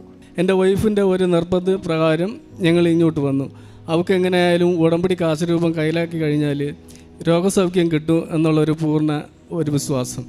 അത് മത്തായിയുടെ സുവിശേഷം 9-ാം അധ്യായം 21-ാം തിരുവചനത്തിൽ രക്തസ്രാവക്കാരിയായ ആ രോഗിണി 12 വർഷം രക്തസ്രാവത്താൽ വലഞ്ഞൊരു മകളാണ്. അവൾ വിശ്വസിച്ചൊരു വിശ്വാസമുണ്ട്. യേശുവിൻ്റെ വസ്ത്രത്തിൻ്റെ വിളിമ്പിലെങ്കിലും ഒന്ന് സ്പർശിച്ചാൽ മതി, താൻ സൗഖ്യമുള്ളവളാകുമെന്ന് അവൾ മനസ്സിൽ വിചാരിച്ചു. അപ്രകാരമുള്ളൊരു വിചാരമാണ് കൃപാസനം എന്നൊരു വലിയ ആലയത്തിൽ പരിശുദ്ധ ദൈവമാതാവ് ജീവനോടെ പ്രത്യക്ഷപ്പെട്ട ദൈവപിതാവ് പ്രത്യേകമായി തിരഞ്ഞെടുത്ത ഈ ഇടത്തിലേക്ക് ഈ മകളെ കൂട്ടിക്കൊണ്ടുവരുന്നത്. കാരണം നിങ്ങൾക്കറിയാവുന്ന പോലെ തമിഴ്നാട്ടിൽ നിന്ന് ട്രെയിൻ കയറി ഇവിടെ ഒത്തിരി ദൂരം സഞ്ചരിച്ച് വേണം ഇവിടെ എത്താൻ. അപ്പോൾ പല ഘടകങ്ങളും ഇതിൽ നിന്ന് പിന്തിരിപ്പിക്കാൻ ഒത്തിരിയേറെ സാധ്യതകളുണ്ട്. എന്നിരുന്നാൽ തന്നെയും ഈ വിശ്വാസം ശക്തമായത് കാരണം ഇവർ കൃപാസനത്തിൽ വന്ന് മരിയൻ ഉടമ്പടി എടുക്കാൻ തീരുമാനിക്കുകയാണ്. നേരത്തെ പറഞ്ഞതുപോലെ വൈഫിനാണ് ആ വിശ്വാസത്തിൻ്റെ ആ ഒരു തീനാളം കിട്ടിയത്. ആദ്യം ഭർത്താവ് ഒരുങ്ങിയൊക്കെ നിന്നപ്പോൾ വീണ്ടും തടസ്സം പറയുന്നുണ്ട്, ഇനി അടുത്ത ആഴ്ച പോകാമെന്നൊക്കെ. പക്ഷേ ഈ വൈഫ് പറയുന്നുണ്ട് നമുക്ക് ഇന്ന് തന്നെ പോകാം. അങ്ങനെ അവർ കൃപാസനത്തിലോട്ട് കടന്നു വരുന്നു. വൈഫ് ഉടമ്പടി എടുക്കാൻ പോകുന്നു. ഇപ്പോൾ ഈ മകൻ പറയുന്ന പ്രകാരമാണ്, ജപ്സിംഗ് പറയുന്ന പ്രകാരമാണ്, 33 കൊല്ലമായിട്ട് ഞാൻ സൈനസൈറ്റിസ് എന്ന വലിയ അസുഖത്തിന് ഒത്തിരിയേറെ മരുന്നുകൾ കഴിച്ചു, ഇനി കഴിക്കാൻ മരുന്നുകൾ ബാക്കിയില്ലെന്നാണ് പറയുന്നത്. അപ്പോൾ ഡോക്ടറെ അടുത്തൊക്കെ പോയി നോക്കുമ്പം എന്തൊക്കെ കഷായം, ആശുപത്രിയിൽ പിന്നെ ഹോമിയോപ്പതി ആണെങ്കിൽ 4 കൊല്ലം, അലോപ്പതി ആണെങ്കിൽ ENT ഡോക്ടറെ കണ്ടിട്ട് സ്പ്രേ അടിക്കൽ, ഇങ്ങനെയൊക്കെ ഭയങ്കര നടന്നുകൊണ്ടിരുന്നു. ആയുർവേദമാണെങ്കിൽ പിന്നെ മണപ്പിക്കൽ, അങ്ങനെ ആവി പിടിക്കൽ, ഇതൊക്കെ അവർ പറയുന്ന സംഭവമല്ല. യൂട്യൂബ് നോക്കിയിട്ട് അത് സംഭവം വേറെ. ഈ അടുക്കള അലമാരി മൊത്തം ഇവൾ കഷായം ഇടുന്ന ഈ സാധനങ്ങളേ ഉള്ളൂ. കഷായം ഇട്ടിട്ട് ഇവൾ തളർന്നു. അങ്ങനത്തെ രീതിയിലാണ് പോയിക്കൊണ്ടിരുന്നത്. അപ്പോൾ ഇനി ഇതിനൊരു ഉത്തരമില്ല എന്നുള്ളൊരു ചിന്തയെ കരുതി ഇവർ ആ ഫയൽ ക്ലോസ് ചെയ്തതാണ്. ഇവിടെയാണ് ഇവർ കൃപാസനത്തിലോട്ട് കടന്നു വന്ന് ഉടമ്പടി എടുക്കുന്നത്. വൈഫ് മുകളിൽ ഉടമ്പടി എടുക്കാൻ പോകുന്നു. ഇത് കൂടാതെ തന്നെ ഈ ജപ്സിങ്ങിന് സൈനസൈറ്റിസ് കൂടാതെ തന്നെ അൾസറിൻ്റെ അസുഖമുണ്ട്, ഗ്യാസിൻ്റെ അസുഖമുണ്ട്, മൈഗ്രെയിൻ്റെ അസുഖമുണ്ട്. ഇപ്പോൾ വൈഫ് ഉടമ്പടിയിലായിരിക്കുന്ന സമയത്ത് തന്നെ ദൈവമാതാവ് ആദ്യത്തെ സൗഖ്യം ഈ മകന് കൊടുക്കുകയാണ്. ഞങ്ങളന്ന് ഇവിടെ വന്ന് ഉടമ്പടി എടുക്കാൻ വന്നിട്ട് ഇവളാണെങ്കിൽ ഉടമ്പടി ക്ലാസ്സിന് പോയി, ഞാൻ ഇവിടെ ഇരിക്കുകയും ചെയ്തു. ആദ്യം വരുന്നതായതുകൊണ്ട് പുറത്ത് എങ്ങനെ ഫുഡുണ്ടോ അത് ഇതൊന്നും നോക്കില്ല, ഇവിടെ ഇരുന്ന് പ്രാർത്ഥിക്കുമായിരുന്നു. 12:30-1 മണി വരെ ആയി ഉടമ്പടി ക്ലാസ് ഒക്കെ കഴിഞ്ഞിട്ട് ഉടമ്പടി എല്ലാം കഴിഞ്ഞ് ഇവിടെ വരുമ്പം അതുവരെ ഞാൻ ഒന്നും കഴിച്ചില്ല, ഒരു ഭക്ഷണം കഴിച്ചില്ല, എനിക്ക് വിശപ്പുമില്ല. അന്ന് മുതൽ എൻ്റെ അൾസറെ കാണാനില്ല. അല്പസമയം ഒന്ന് വിശന്നിരുന്നാൽ അൾസറിൻ്റെ പ്രശ്നമുള്ളതുകൊണ്ട് ഗ്യാസ് വന്ന് നിറയും, ഒത്തിരിയേറെ ശാരീരിക അസ്വസ്ഥതകളൊക്കെ ഉണ്ടാവും. പക്ഷേ ഈ മകന് ആ സമയം തന്നെ, വൈഫ് ഉടമ്പടി എടുത്ത ആ സമയം തന്നെ സമ്പൂർണ്ണ സൗഖ്യം ഈ അൾസർ ഗ്യാസ് അസുഖങ്ങളിൽ നിന്ന് ഈ മകന് കിട്ടുകയാണ്. തുടർന്ന് 5-ാം ദിവസം തന്നെ മൈഗ്രെയിൻ എന്ന അസുഖവും സമ്പൂർണ്ണ സൗഖ്യം കിട്ടുന്നുണ്ട്, അസുഖത്തിൽ നിന്ന് മുക്തി കിട്ടുന്നുണ്ട്. തുടർന്ന് ഏറ്റവും വലിയ വിഷയമെന്ന് പറയുന്നത് 33 വർഷമായിട്ടുള്ള ഈ സൈനസൈറ്റിസ് എന്ന അസുഖമാണ്.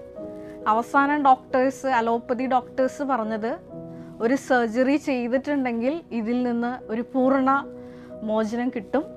പക്ഷേ സർജറിക്ക് ലക്ഷങ്ങൾ വേണ്ടിവരും. ഇനി സർജറി ചെയ്താൽ തന്നെയും ഇത് വീണ്ടും വരാനുള്ള സാധ്യതയുണ്ട്.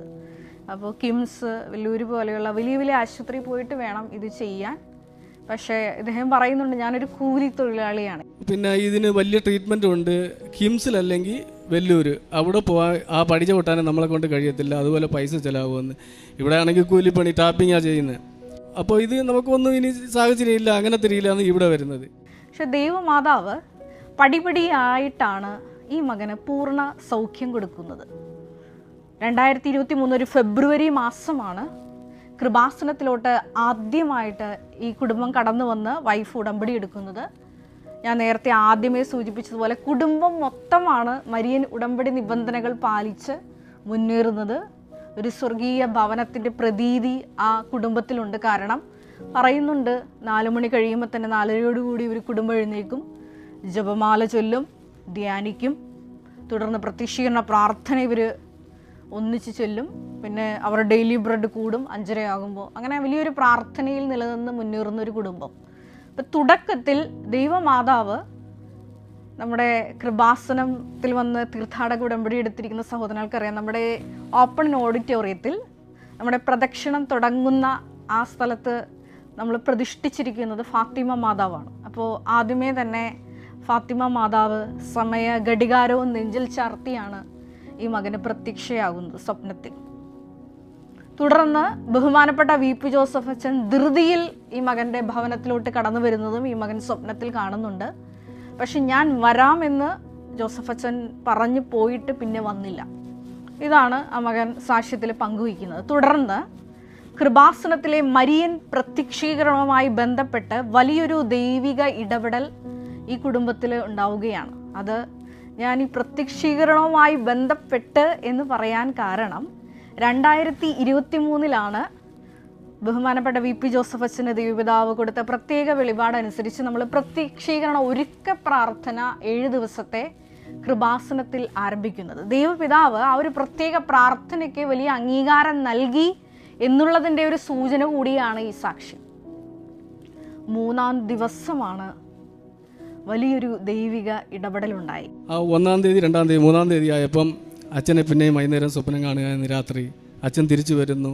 കുർബാനയ്ക്ക് ഇടുന്ന ഈ വസ്ത്രങ്ങളെല്ലാം ഇട്ടിട്ടാണ് വരുന്നത്. വലിയ സന്തോഷത്തിലാണ് വരുന്നത്. വന്ന് എനിക്ക് സൈനസ് ഈ ഉള്ള സ്ഥലത്ത് മൊത്തം ഈ തൈലം പൂശി എനിക്ക് വേണ്ടി പ്രാർത്ഥിച്ചിട്ട് വലിയ ചിരിച്ച് അങ്ങനെ അങ്ങ് പോകുന്നുണ്ട്. തുടർന്ന് ഞാൻ നേരത്തെ പറഞ്ഞതുപോലെ ലക്ഷങ്ങൾ മുടക്കി ഓപ്പറേഷൻ ചെയ്യണം എന്ന് പറഞ്ഞ ഈ രോഗാവസ്ഥയിൽ നിന്ന് പൂർണ്ണ സൗഖ്യം കിട്ടുകയാണ്. ബഹുമാനപ്പെട്ട VP ജോസഫ് അച്ഛൻ സ്വപ്നത്തിൽ വന്ന് കുർബാന വസ്ത്രം അണിഞ്ഞ് തൈലം പൂശി പ്രാർത്ഥിച്ചു കൊടുക്കുന്നത് പ്രത്യക്ഷീകരണ ഒരുക്ക പ്രാർത്ഥനയുടെ 3-ാം ദിവസമാണ്. ബഹുമാനപ്പെട്ട VP ജോസഫ് അച്ഛൻ സ്വപ്നത്തിൽ പ്രത്യക്ഷപ്പെട്ട് ഇപ്രകാരം തൈലം പൂശി പ്രാർത്ഥിച്ചതിന് ശേഷം തുടർന്നുള്ള 3-ാം ദിവസം ആണ് ഈ ഒരു വലിയ അത്ഭുതം നടക്കുന്നത്. വലിയൊരു മാസോട് കൂടിയിട്ടുള്ള ചോരയും ഒരു പിണ്ടമൊക്കെ ആയിട്ടുള്ള മാംസപിണ്ടവുമായിട്ടുള്ള ഒരു വസ്തു മൂക്കിൽ നിന്ന് വരികയും ഈ മകന് സമ്പൂർണ്ണ സൗഖ്യം കിട്ടുകയുമാണ്. 33 വർഷത്തെ ദുരിതമാണ്. അപ്പോൾ ഈ ഒരു ദുരിതം കേൾക്കുമ്പോൾ നിങ്ങൾക്കത് വളരെ നിസ്സാരമായി തോന്നും. പക്ഷെ ആ സാക്ഷ്യം നിങ്ങൾ കേൾക്കണം. ഈ ഒരു ശുശ്രൂഷയുടെ താഴെ ആ സാക്ഷ്യം പിൻ ചെയ്തിട്ടുണ്ട്. ആ സാക്ഷ്യത്തിൽ പറയുന്നത് ഇപ്രകാരമാണ്: രാവിലെ എഴുന്നേറ്റാൽ മുതൽ ഇങ്ങനെ മൂക്കിൽ നിന്ന് റണ്ണിങ് നോസ് ഇങ്ങനെ മൂക്കൊലിപ്പ് ഇങ്ങനെ ഒഴിച്ചുകൊണ്ടിരിക്കും. പിന്നെ രാത്രി കിടക്കാൻ നേരത്ത് ഈ ഇൻഫെക്ഷൻ ഉണ്ട്. അപ്പോൾ അതുകൊണ്ട് ഒരു വലിയ തുണി വട്ടം ചുറ്റി തലയിൽ വെച്ചിട്ടാണ് കിടന്നുറങ്ങുന്നത്. പക്ഷേ ആ തുണി മൊത്തം കുതിർന്ന് നാശമായിട്ടിരിക്കും രാവിലെ എഴുന്നേൽക്കുമ്പോൾ. പിന്നെ പറയുന്നുണ്ട്, ഈ ഒരു രോഗാവസ്ഥ വരുമ്പോൾ AC-യിലിരുന്നാൽ പോലും ഞാൻ വെട്ടി വിയർക്കും. ചൂടുവെള്ളം ഉപയോഗിക്കാതെ എനിക്കൊന്ന് പല്ല് തേക്കാൻ പോലും പറ്റില്ല. അത്രമാത്രം രോഗപീഠകയിലൂടെയാണ് ഈ മകൻ കടന്ന് പോയിക്കൊണ്ടിരുന്നത്. ഇങ്ങനെ ലക്ഷങ്ങൾ വേണ്ടി വരുമെന്ന് പറഞ്ഞ വലിയൊരു ഓപ്പറേഷനിൽ നിന്നാണ് ദൈവമാതാവ് നടത്തിയ ഒരു ഒറ്റ ഓപ്പറേഷനിൽ ബഹുമാനപ്പെട്ട VP ജോസഫ് അച്ഛൻ്റെ സ്വപ്ന ദർശനത്തിലൂടെ ലഭിച്ചത് സമ്പൂർണ്ണ സൗഖ്യം മകന് ലഭിക്കുന്നത്. വലിയൊരു സ്ഥിരീകരണ സാക്ഷ്യമാണ് ഈ മകൻ പങ്കുവയ്ക്കുന്നത്. തുടർന്ന് നമ്മൾ ഈ സാക്ഷ്യത്തിൽ ശ്രവിക്കുന്നത് ഇപ്രകാരമാണ്: ഈ ഒരു ജപ്സിങ്ങിന് മാത്രമല്ല ഈ മരിയൻ ഉടമ്പടിയുടെ വലിയ ഫലങ്ങൾ ലഭിക്കുന്നത്. പ്രഭാഷകൻ 36:8 തിരുവചനത്തിൽ നമ്മൾ ഇപ്രകാരം വായിക്കുന്നുണ്ട്: വാഗ്ദാനം അനുസ്മരിച്ച് അങ്ങ് കാലത്തെ ത്വരിപ്പിക്കണമേ, അങ്ങയുടെ കരുത്തേറിയ പ്രവർത്തനങ്ങളെ ജനം പ്രകീർത്തിക്കട്ടെ എന്ന്. തുടർന്ന് വീണ്ടും നമ്മൾ സങ്കീർത്തനങ്ങളിൽ ഇപ്രകാരം തിരുവചനത്തിലൂടെ വായിക്കുന്നുണ്ട്: അവിടുന്ന് തൻ്റെ ഉടമ്പടി എന്നേക്കും അനുസ്മരിക്കും, തലമുറകൾ വരെ അവിടുന്ന് ആ ഉടമ്പടിയെ ഓർമ്മിക്കുമെന്ന്. ഈ കുടുംബം ആദ്യം വൈഫ് എടുത്തു ഉടമ്പടി, അതിനുശേഷം ജപ്സിങ് ഉടമ്പടി എടുത്തു. ഈ ഉടമ്പടിയുടെ പ്രതിഫലനങ്ങൾ ഈ കുഞ്ഞുങ്ങളിൽ ലഭിക്കുന്നുണ്ട്. ഈ കുഞ്ഞുങ്ങൾക്കും അസുഖങ്ങളുണ്ട്. അതിൽ ഇളയ മകന് എപ്പോഴും തൊണ്ടയ്ക്ക് കംപ്ലൈൻ്റ് ആണ്, ടോൺസിലൈറ്റിസിൻ്റെ അസുഖം. മൂത്ത മകനാണെങ്കിൽ മൈഗ്രെയിൻ്റെ വലിയ ശാരീരിക അസ്വസ്ഥതകൾ. ഇത് രണ്ടിൽ നിന്നും ഈ 2 കുഞ്ഞുങ്ങൾക്കും സമ്പൂർണ്ണ സൗഖ്യം കിട്ടും. പിന്നെ പഠിത്തത്തിൽ ഇവർ ഭയങ്കര മിടുക്കന്മാരാകും. കർത്താവ് ആ മക്കളെ പഠിപ്പിച്ചുയർത്തും. വീണ്ടും മരിയ സാന്നിധ്യ അനുഭവം ഇളയ മകന് ലഭിക്കുന്ന കാര്യം കൂടി സാക്ഷ്യത്തിൽ പറയുന്നുണ്ട്. ഇവനാണെങ്കിൽ ഒരു ദിവസം രാവിലെ എണ്ണീറ്റ് 5 മണിക്ക് പഠിച്ചുകൊണ്ടിരിക്കുമ്പോൾ ഒരു 5:30 ആകുമ്പം എൻ്റെ അടുത്ത് പറഞ്ഞാൽ അപ്പോൾ ഒരു ഗ്രേ കളർ ആൾ ഇപ്പോൾ പോയതുപോലെ എന്നൊരു സൗണ്ട് ആ വാതിലിൽ കൂടെ ഒറ്റ ദിവസം അത് കണ്ടായിരുന്നു. പിന്നീട് ഈ മകൻ സാക്ഷ്യത്തിൽ ഇപ്രകാരം പറയുന്നുണ്ട്, അതായത് ദൈവമാതാവ് എൻ്റെ ഭവനത്തിൽ വന്നതിൻ്റെ വ്യക്തമായ അടയാളങ്ങളാണ് ഞങ്ങൾക്ക് അനുദിനം ലഭിച്ചുകൊണ്ടിരിക്കുന്നത്. സുഗന്ധ അഭിഷേകത്തിലൂടെ വലിയൊരു നറും നെയ്യ് ചൂടാക്കിയ രീതിയിലുള്ള ആ ഒരു മണം, അതൊരു സെലസ്റ്റിയൽ സ്മെല്ലാന്ന് ഈ മകൻ സാക്ഷ്യപ്പെടുത്തുന്നുണ്ട്. ഇതുപോലെ ദൈവമാതാവ് ആ ഭവനത്തിൽ എത്തി എന്നുള്ളതിൻ്റെ വ്യക്തമായിട്ടുള്ള അടയാളങ്ങളുടെ ഒരു നീണ്ട നിര തന്നെയാണ് ഈ അപ്പൻ പങ്കുവയ്ക്കുന്നത്. വീണ്ടും പറയുന്നുണ്ട്, ജപ്സിംഗ് എന്ന മകൻ പറയുന്ന ഇപ്രകാരമാണ്, ഞാൻ ഉടമ്പടി എടുത്തതിന് ശേഷം എപ്പോൾ ബൈബിള് തുറന്നാലും കർത്താവിനെ ശുശ്രൂഷിക്കുക, ധൂപിക്കുക എന്നുള്ള തിരുവചന ഭാഗമായിട്ടുള്ള ബന്ധപ്പെട്ട ഒരു വചനം എനിക്ക് ലഭിക്കുമായിരുന്നു. അപ്പം ഞാൻ മനസ്സിൽ ചിന്തിക്കും, ഈ 47-ാം വയസ്സിൽ ഞാൻ എങ്ങനെയാണ് ഈ ശുശ്രൂഷ ചെയ്യുന്നത്? പക്ഷേ അത് 2 കുഞ്ഞുങ്ങളെ ദൈവ വിളിക്ക് വേണ്ടിയിട്ട് കർത്താവിൻ്റെ ബലിപീഠത്തിൽ അൾത്താര ബാലകരായി ദൈവം വിളിച്ചതിൻ്റെ വലിയ സൂചനയായിരുന്നു. അവർ വളരെ സന്തോഷത്തോടു കൂടിയിട്ട് അനുദിനം ബലിപീഠത്തിൽ അൾത്താര ബാലകരായി ശുശ്രൂഷ ചെയ്യുന്നുണ്ട്. ഇങ്ങനെ അടിമുടിയാണ് ഒരു കുടുംബത്തെ മുഴുവനും വിശുദ്ധീകരിച്ച് ഈ മരിയൻ ഉടമ്പടി ചുരുങ്ങിയ സമയത്തിനുള്ളിൽ സാക്ഷികളാക്കി, പ്രത്യക്ഷീകരണത്തിൻ്റെ സാക്ഷിയാക്കി ഉയർത്തിയത്. എന്തുകൊണ്ടാണ് ഈ കുടുംബത്തെ ഈ ഒരു ഒറ്റ വർഷത്തിനുള്ളിൽ ഒരു മരിയൻ പ്രത്യക്ഷീകരണത്തിൻ്റെ സീലോടുകൂടി ദൈവപിതാവ് സാക്ഷികളാക്കി ഉയർത്തി? അതിൻ്റെ കാരണം ഇവർ കുടുംബമായാണ് ഓരോ ഉടമ്പടി നിബന്ധനകളും അതിൻ്റെ അനുധാരികളും നിവർത്തിക്കുന്നത്. ഇവർ പറയുന്നുണ്ട്, ഇവിടെ നിന്ന് ഒരൊറ്റ ഉടമ്പടി പുതുക്കാൻ വരുമ്പോൾ 3 കെട്ട് പത്രം നമുക്ക് ഇവിടെ നിന്ന് തരും. ഞങ്ങൾ അത് 3 മാസം കൊണ്ടൊന്നുമല്ല കൊടുത്തു തീർക്കുന്നു, ഒറ്റ ദിവസം കൊണ്ട് ഞങ്ങൾ ആ കൃപാസനത്തിലെ ദൈവമാതാവിൻ്റെ കയ്യൊപ്പുള്ള പത്രം എല്ലാവർക്കും വിതരണം ചെയ്യും. ആർക്കെല്ലാം സഹായം ആവശ്യമുണ്ടോ അവരുടെ അടുത്തെല്ലാം, ആവശ്യമുള്ളവർക്കെല്ലാം 5000, 7000 ഒക്കെ ആയിട്ട് ഞങ്ങൾ പല സംഘടനകൾ വഴി ഈശോയുടെ നാമത്തെ പ്രതി ഞങ്ങൾ സഹായിക്കും. ആവശ്യക്കാരന് ഞങ്ങളുടെ എല്ലാ സഹായവും ലഭ്യമാക്കുവാൻ മാക്സിമം ഞങ്ങൾ ശ്രമിക്കും. കുംഭസാരം, വിശുദ്ധ കുർബാന ഇവയിലൊക്കെ ഞങ്ങൾ അനുദിനം സജീവമായിട്ടാണ് ദിവ്യബലിയിൽ പങ്കെടുക്കുന്നത്. ഞങ്ങൾ ഇടവിട്ട് കുംഭസാരിക്കുന്നുണ്ട്.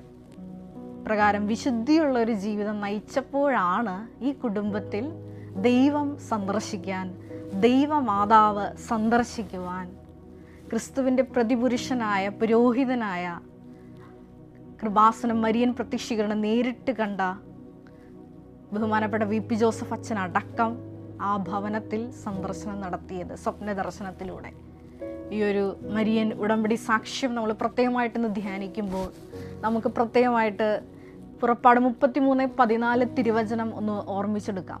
കാരണം മരിയൻ ഉടമ്പടി എടുക്കുമ്പോൾ ഞാൻ ക്ലാസ്സിൽ എപ്പോഴും പറയുന്നൊരു തിരുവചനമാണ്, ഞാൻ തന്നെ നിങ്ങളോട് കൂടെ വരികയും നിങ്ങൾക്ക് ആശ്വാസം നൽകുകയും ചെയ്യും എന്നുള്ളതാണ് പുറപ്പാട് 33:14 തിരുവചനം. മരിയൻ ഉടമ്പടിയാകുമ്പോൾ ഇതാ നിൻ്റെ അമ്മ എന്ന് പറഞ്ഞുകൊണ്ട് കുരിശിൻ്റെ ചുവട്ടിൽ വെച്ച് നമുക്കെല്ലാവർക്കും ഈശോ ദാനമായി നൽകിയ, സ്വന്തമായി നൽകിയ ദൈവമാതാവിനെ തന്നെയാണ് മരിയൻ ഉടമ്പടി വഴി നമുക്ക് ലഭിക്കുന്നത്, സ്വന്തമായിട്ട് കിട്ടുന്നത്.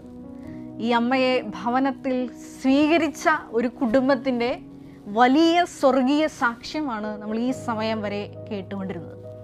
ഒരു നിമിഷം നമുക്ക് കണ്ണുകളടയ്ക്കാം.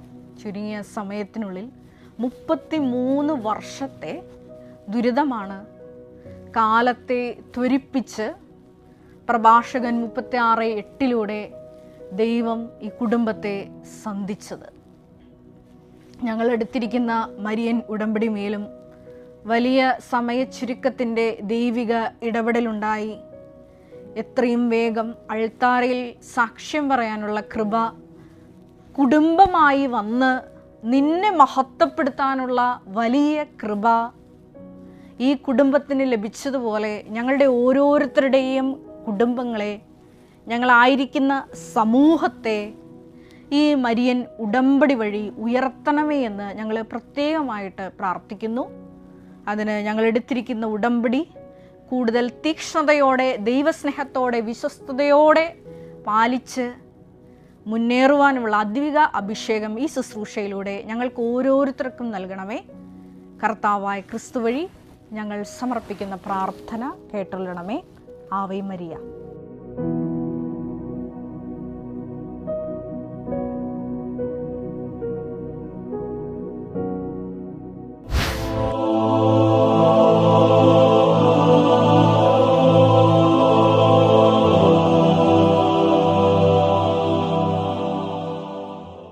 എൻ്റെ പേര് മൈക്കിൾ. ഞാൻ പുന്നപ്രയിൽ നിന്ന് വരുന്നു. ആദ്യമായി പരിശുദ്ധ മാതാവിനും ദിവ്യകുമാരനും 1000 നന്ദി. ഞാൻ ആദ്യമായിട്ട് ഉടമ്പടി എടുക്കുന്നത് ഓഗസ്റ്റ് 4-ാം തീയതി 2024 ആണ്. ഞാൻ അതിനു മുമ്പ് എനിക്ക് കുട്ടികളില്ലാതിരുന്നൊരു സമയത്ത് ഞാൻ പല സ്ഥലത്തും പോയി പ്രാർത്ഥിക്കുകയും എത്രയൊക്കെ ശ്രമിച്ചിട്ടും എല്ലാവരും എൻ്റെ അടുത്ത് പറഞ്ഞു, കൃപാസനം പള്ളിയിലേക്ക് പോകണം, അവിടെ ചെന്ന് പ്രാർത്ഥിച്ചാലേ നിൻ്റെ കാര്യങ്ങൾ നടക്കും എന്ന് പറഞ്ഞിട്ട് ഞാൻ കഴിയുന്നത് അതിനകത്ത് ഉഴപ്പി. കാര്യം എല്ലാവരും ഈ കളിയാക്കുകയും കാര്യങ്ങളും ചെയ്യുന്നത് കൊണ്ട് ഞാനത് ഒരിക്കലും ഇങ്ങോട്ട് വരരുത് എന്ന് പറയുന്നൊരു സാഹചര്യത്തിലാണ് ഞാൻ നിന്നത്. അങ്ങനെ എനിക്ക് വരേണ്ടി വന്നില്ല. കുട്ടികളായി, കുഞ്ഞിൻ്റെ കാര്യമായി, ഭാര്യ ഗർഭിണിയായി. അപ്പോൾ ഞാൻ വിചാരിച്ചു, ഞാനത് പോകാതെ എനിക്ക് അങ്ങനൊരു കാര്യം എൻ്റെ ജീവിതത്തിൽ ഇനി ഒരിക്കലും പോകേണ്ടി വരത്തില്ല. ഞാൻ ഒരു കാര്യം എൻ്റെ ഒരു പ്രധാനപ്പെട്ട കാര്യമാണ്, ഞാനത് സ്കിപ്പ് അടിക്കേണ്ടി വരുമല്ലോ എന്ന് പറയുന്നൊരു സിറ്റുവേഷനിൽ ഞാൻ മനസ്സിലങ്ങ് ചിന്തിച്ചു, എനിക്ക് ഇനിയിപ്പം ഇവിടെ ഒരിക്കലും വരേണ്ടി വരില്ല എന്ന് ഞാൻ ചിന്തിച്ചു. പക്ഷേ അവിചാരിതമായിട്ട് എൻ്റെ അമ്മയ്ക്ക് ഒരു അസുഖം വരികയും അതിനോടനുബന്ധിച്ച് അമ്മയുടെ കൂടെ ബൈസ്റ്റാൻഡറായിട്ട് ആണ് എൻ്റെ വൈഫ് നിന്നത്. അതിനുശേഷം എൻ്റെ അനുജൻ്റെ കുട്ടിക്ക് H1N1 എന്ന് പറഞ്ഞൊരു അസുഖം സ്ഥിരീകരിക്കുകയും ചെയ്തു. അപ്പോൾ അമ്മയുടെ കൂടെ ഞാൻ നിന്ന സമയത്ത് എൻ്റെ വൈഫ് പ്രഗ്നൻ്റ് ആയിരുന്നു. അനിയൻ്റെ കുട്ടിയും അനിയത്തിയൊക്കെ ആയിട്ടാണ് അവർ നിന്നത്. ആ സമയത്ത് എൻ്റെ വൈഫിന് H1N1 പിടിപെട്ടു. ഭയങ്കര വളരെ ഒരു സിറ്റുവേഷനാണ്. നമ്മളപ്പോഴും അത്ര സീരിയസ് ആയിട്ട് എടുക്കുന്നില്ല. H1N1 പനി വന്നു, H1N1 ആണ് പോകും എന്നുള്ള രീതിയിൽ നമ്മൾ നിന്നു. പക്ഷേ ഇത് ഏറ്റവും കൂടുതൽ എഫക്റ്റ് ചെയ്യുന്നത് പ്രായമായവരും കുട്ടികളിലും, പിന്നെ ഏറ്റവും കൂടുതൽ പ്രശ്നം ഉണ്ടാക്കുന്നത് ഗർഭിണികളിലാണ്. ഒരു 3 വർഷത്തിന് ശേഷം ഒരു കുട്ടി ഉണ്ടാകുന്നൊരു സമയത്ത് എനിക്ക് എൻ്റെ വൈഫിനോട് നിൽക്കാൻ പറ്റുന്നില്ല. വൈഫിന് H1N1 പിടിപെടുകയും ചെയ്തു. ആദ്യം വൈഫിനെയും കൊണ്ട് ഞാൻ തന്നെ ഒരു പ്രൈവറ്റ് ഹോസ്പിറ്റലിലാണ് പോയത്. സർക്കാർ ഹോസ്പിറ്റലിൽ ഓൾറെഡി അമ്മ ഹോസ്പിറ്റലിൽ അഡ്മിറ്റാണ്. രണ്ടുപേരുടെ മാനേജ് ചെയ്യാൻ പറ്റാത്ത അനിയൻ അമ്മയുടെ അടുത്ത് നിൽക്കുകയും എൻ്റെ വൈഫിനെയും കൊണ്ട് ഞാൻ ആലപ്പുഴയിലുള്ള ഒരു ഹോസ്പിറ്റലിൽ പോയി. അവർ വളരെ സിമ്പിളായിട്ട് എടുത്തു. അവർ കുറേ സാമ്പത്തികപരമായിട്ടുള്ള കാര്യങ്ങൾ നമ്മുടെ അടുത്ത് പൈസ മേടിച്ചെടുക്കുകയും അതിനുശേഷം ടെസ്റ്റുകളും കാര്യങ്ങളും ചെയ്തു. നമ്മൾ കൊടുത്ത റിസൾട്ട് പോസിറ്റീവായി കഴിഞ്ഞപ്പോൾ ഓട്ടോമാറ്റിക്കലി നമ്മൾ അവിടെ നിന്ന് റിജക്റ്റ് ചെയ്തു. അവർ നിർബന്ധിതമായിട്ട് നമുക്ക് ഡിസ്ചാർജ് എന്ന് പറഞ്ഞുവിടുക ചെയ്തത്. ഞാൻ അവിടുന്ന് അത്യാവശ്യമുള്ള ഹോസ്പിറ്റലുകളെല്ലാം വിളിച്ചു. അവരാർക്കും ഐസൊലേഷൻ അവരാരും പ്രൊവൈഡ് ചെയ്യുന്നില്ല. എൻ്റെ വൈഫും ഞാനും മാത്രമാണ്. എൻ്റെ വൈഫിന് ബന്ധുക്കളുള്ളത്, അമ്മ സ്ട്രോക്ക് അടിച്ച് നിൽക്കുകയാണ്, അമ്മയ്ക്ക് വന്ന് നിൽക്കാൻ പറ്റില്ല. എൻ്റെ അമ്മ ഹോസ്പിറ്റലൈസ്ഡാണ്, ഞാനും വൈഫും മാത്രമാണുള്ളത്. വണ്ടാനം മെഡിക്കൽ കോളേജ് ഹോസ്പിറ്റലിലേക്ക് നിർബന്ധിതമായിട്ട് പോകേണ്ട ഒരു സാഹചര്യം വരികയും വൈഫിന് പോയി നിൽക്കാനായിട്ട് ലേഡീസ് കൂടെ വേണം, ആരെയും നിർത്തില്ല. ഗൈനക്കോളജിയിലെ ആളെ എടുക്കില്ല. ഗൈനക്കോളജി ഡിപ്പാർട്ട്മെൻറ്റ് ആളെ ഒരു കാരണവശാലും അറ്റൻഡ് ചെയ്യുന്നില്ല അവിടെ. കാര്യം അവിടെ ഒത്തിരി ഗർഭിണികളുണ്ട്. H1N1 സ്ഥിരീകരിച്ചിരിക്കുന്നതുകൊണ്ട് ഒരു കാരണവശാലും എടുക്കില്ല. നമ്മളെ മെഡിസിൻ ഡിപ്പാർട്ട്മെൻറ്റിലേക്കാണ് പറഞ്ഞു വിട്ടത്. അവിടെ ഒരു റൂമിൽ, ഐസൊലേഷൻ റൂമിൽ ഞാനും വൈഫുമായിട്ട് ഒരു 16 ദിവസത്തോളം ഞങ്ങളവിടെ കിടന്നു. ഒരു മാറ്റവും ഇല്ല. കൂടുതൽ മരുന്നുകളൊന്നും ചെയ്യാൻ പറ്റില്ല. കുഞ്ഞ് വയറ്റിലുണ്ട്. നമ്മൾ വൈഫിന് കൂടുതൽ മരുന്ന് ചെയ്താൽ കുഞ്ഞിനത് ബാധിക്കുമെന്ന് വെച്ചിട്ട് അത്രയും നാളും കൊണ്ടുപോയി. ഒരു 2 മാസത്തോളം ഞങ്ങൾ ഈ പറയുന്ന ഗൈനക്കോളജി ഞങ്ങൾ റിജക്റ്റ് ചെയ്യുകയും ഈ പറയുന്ന മെഡിസിൻ വിഭാഗത്തിൽ ഞങ്ങൾ കുറേ നേരം ഈ പറയുന്ന ഡോക്ടർമാർ ഓരോരോ അഭിപ്രായങ്ങളാണ് മാത്രം പറയുകയാണ്. ആർക്കും പ്രത്യേകിച്ച് കാര്യം അവർ സ്ഥിരം കാണുന്നതാണ്. എന്നെ സംബന്ധിച്ചോളം എനിക്ക് ആദ്യമായിട്ട് കുഞ്ഞുണ്ടാവുകയാണ്. കുറേ നാൾക്ക് ശേഷം ഞങ്ങൾ കഷ്ടപ്പെട്ട് പ്രാർത്ഥിച്ചതിന് ശേഷം മാത്രം ഉണ്ടായ കുഞ്ഞാണ്. ഞാൻ അപ്പോഴും എൻ്റെ അടുത്ത് എൻ്റെ അമ്മയുടെ സഹോദരങ്ങളൊക്കെ പറയുന്നുണ്ട്, നീ കൃപാസനത്തിൽ പോയി ഉടമ്പടി എടുക്കണം, അല്ലാതെ ഇത് നിനക്ക് വേറെ ആരെക്കൊണ്ടും ചെയ്യാൻ പറ്റില്ല എന്ന് പറഞ്ഞു. ഡോക്ടർമാർ ഭയങ്കര ഇതായിട്ട് കൈയൊഴിഞ്ഞു. എനിക്ക് വണ്ടാനം മെഡിക്കൽ കോളേജിൽ ചെന്നിട്ട് ഞങ്ങളെ ഒന്ന് അറ്റൻഡ് ചെയ്യാനോ ഞങ്ങളെ ഒരു അഡ്മിഷൻ തരാനോ പോലും ആരും സമ്മതിക്കുന്നില്ല. ഞാൻ ഒത്തിരി വിഷമത്തോടെ നിന്ന് സംസാരിച്ച് ഒരു ഡോക്ടറെ കണ്ടുപിടിച്ചു. ആ ഡോക്ടറോട് പറഞ്ഞു, എൻ്റെ അവസ്ഥ ഇതാണ്, എനിക്ക് കൂടെ നിൽക്കാനായിട്ട് ആളില്ല, എന്നെ ഒന്ന് സഹായിക്കണമെന്ന് പറഞ്ഞു. ആ ഡോക്ടർ പറഞ്ഞു ഐസൊലേഷൻ അറേഞ്ച് ചെയ്യാമെന്ന് പറഞ്ഞു. അങ്ങനെ വന്നു. വൈഫ് ബ്ലഡാണ് വൊമിറ്റ് ചെയ്തുകൊണ്ടിരിക്കുന്നത്. വൈഫിന് ഒട്ടും ആരോഗ്യമില്ല, ഷുഗർ ഡൗൺ ആയി പോകുന്നു. ആരും ഒരു കൈ സഹായത്തിന് പോലും ആരെയും വിളിക്കാൻ പറ്റില്ല. കാര്യം ഈ ഒരു H1N1 എന്ന് പറയുന്ന അസുഖം വന്നു കഴിഞ്ഞാൽ അത് അടുത്ത ആൾക്ക് പകർന്നാൽ അവർക്ക് ഭയങ്കരമായിട്ടും വിഷയം ഉണ്ടാവും എന്നുള്ളൊരു സിറ്റുവേഷൻ കൂടെ ഉള്ളതുകൊണ്ട് ആരും നമ്മളെ സഹായിക്കാനായിട്ടില്ല. എൻ്റെ അമ്മയുടെ സഹോദരി എൻ്റെ കൂടെ വന്ന് നിൽക്കുകയും എനിക്ക് എൻ്റെ വൈഫിൻ്റെ വൈസ് സ്റ്റാൻഡറായിട്ട് നിൽക്കുക. അതോടൊപ്പം എൻ്റെ അമ്മയും അഡ്മിറ്റാണ്. ഞാനും അമ്മയുടെ സഹോദരിയും എൻ്റെ സഹോദരനൊക്കെ ആയിട്ട് മാറിയും തിരിഞ്ഞും ഹോസ്പിറ്റലൈസ്ഡ് ആയിട്ട് നിൽക്കുന്നതുകൊണ്ട് ഞങ്ങൾ അങ്ങോട്ടും ഇങ്ങോട്ടും ബൈസ് സ്റ്റാൻഡർമാരായിട്ട് മാറി നിൽക്കുന്നൊരു സിറ്റുവേഷനിൽ ഒരു രീതിയിലും ഞങ്ങൾക്ക് ഇനി വൈഫിനെ പോലും രക്ഷപ്പെടുത്താൻ പറ്റില്ല എന്നൊരു സിറ്റുവേഷനിലേക്ക് ഞങ്ങൾക്ക് വന്നു. ആ സമയത്താണ് ഞാനിവിടെ വന്ന് ഓഗസ്റ്റ് 4-ാം തീയതി എനിക്കിനി വേറെ മാർഗ്ഗമില്ല, ഞാനിനി ഇവിടെ വന്നേ പറ്റുള്ളൂ എന്ന് പറഞ്ഞിട്ട് ഞാൻ ഇവിടെ വന്നിട്ട് ഉടമ്പടി എടുത്തിട്ട് ഞാൻ തിരിച്ചു പോകുന്നത്. ഞാൻ ഈ ഉടമ്പടി എടുത്തിട്ട് പിന്നീടുള്ള 3 മാസക്കാലവും ഞാൻ ഹോസ്പിറ്റലിൽ തന്നെ ആയിരുന്നു. ഒരു നീലത്തിരി കത്തിക്കാനോ പച്ചത്തിരി കത്തിക്കാനോ പറ്റില്ല. പക്ഷേ ഞാൻ ഇരുന്ന് ഈ വരാന്തകളിലും നമ്മുടെ ഹോസ്പിറ്റലിൻ്റെ വരാന്തകളിലിരുന്ന് ആണ് ഞാൻ ഇത് ചെയ്യുന്നത്. ഞാൻ ഈ പ്രാർത്ഥന മൊബൈലിൽ യൂട്യൂബിലൂടെ ഞാൻ ഈ പ്രാർത്ഥന കേൾക്കും. ഞാൻ അവിടെ ഇരുന്ന് ഒച്ചത്തിലിരുന്ന് ഞാൻ ഈ പ്രാർത്ഥന ചൊല്ലും. വെളുപ്പിനെയും രാത്രിയും ഞാൻ അവിടെ ഇരുന്ന് വരാന്തയിലിരുന്ന് ചൊല്ലും. അതിനുശേഷം എൻ്റെ വൈഫിന് ഒരു അസുഖം വന്നിട്ട് എനിക്ക് അവളുടെ അടുത്തിരിക്കാൻ പോലും, കാര്യം അവരുടെ അടുത്തേക്ക് എന്നെ കയറ്റി വിടില്ല. എൻ്റെ ആൻറ്റി ഉണ്ട്, ആൻറ്റിക്ക് എൻ്റെ അമ്മയുടെ അടുത്തും പോകണം, വൈഫിൻ്റെ അടുത്തും പോകണം. രണ്ടുപേർക്കും ബൈസ്റ്റാൻഡേഴ്സ് ലേഡീസാണ് വേണ്ടത്.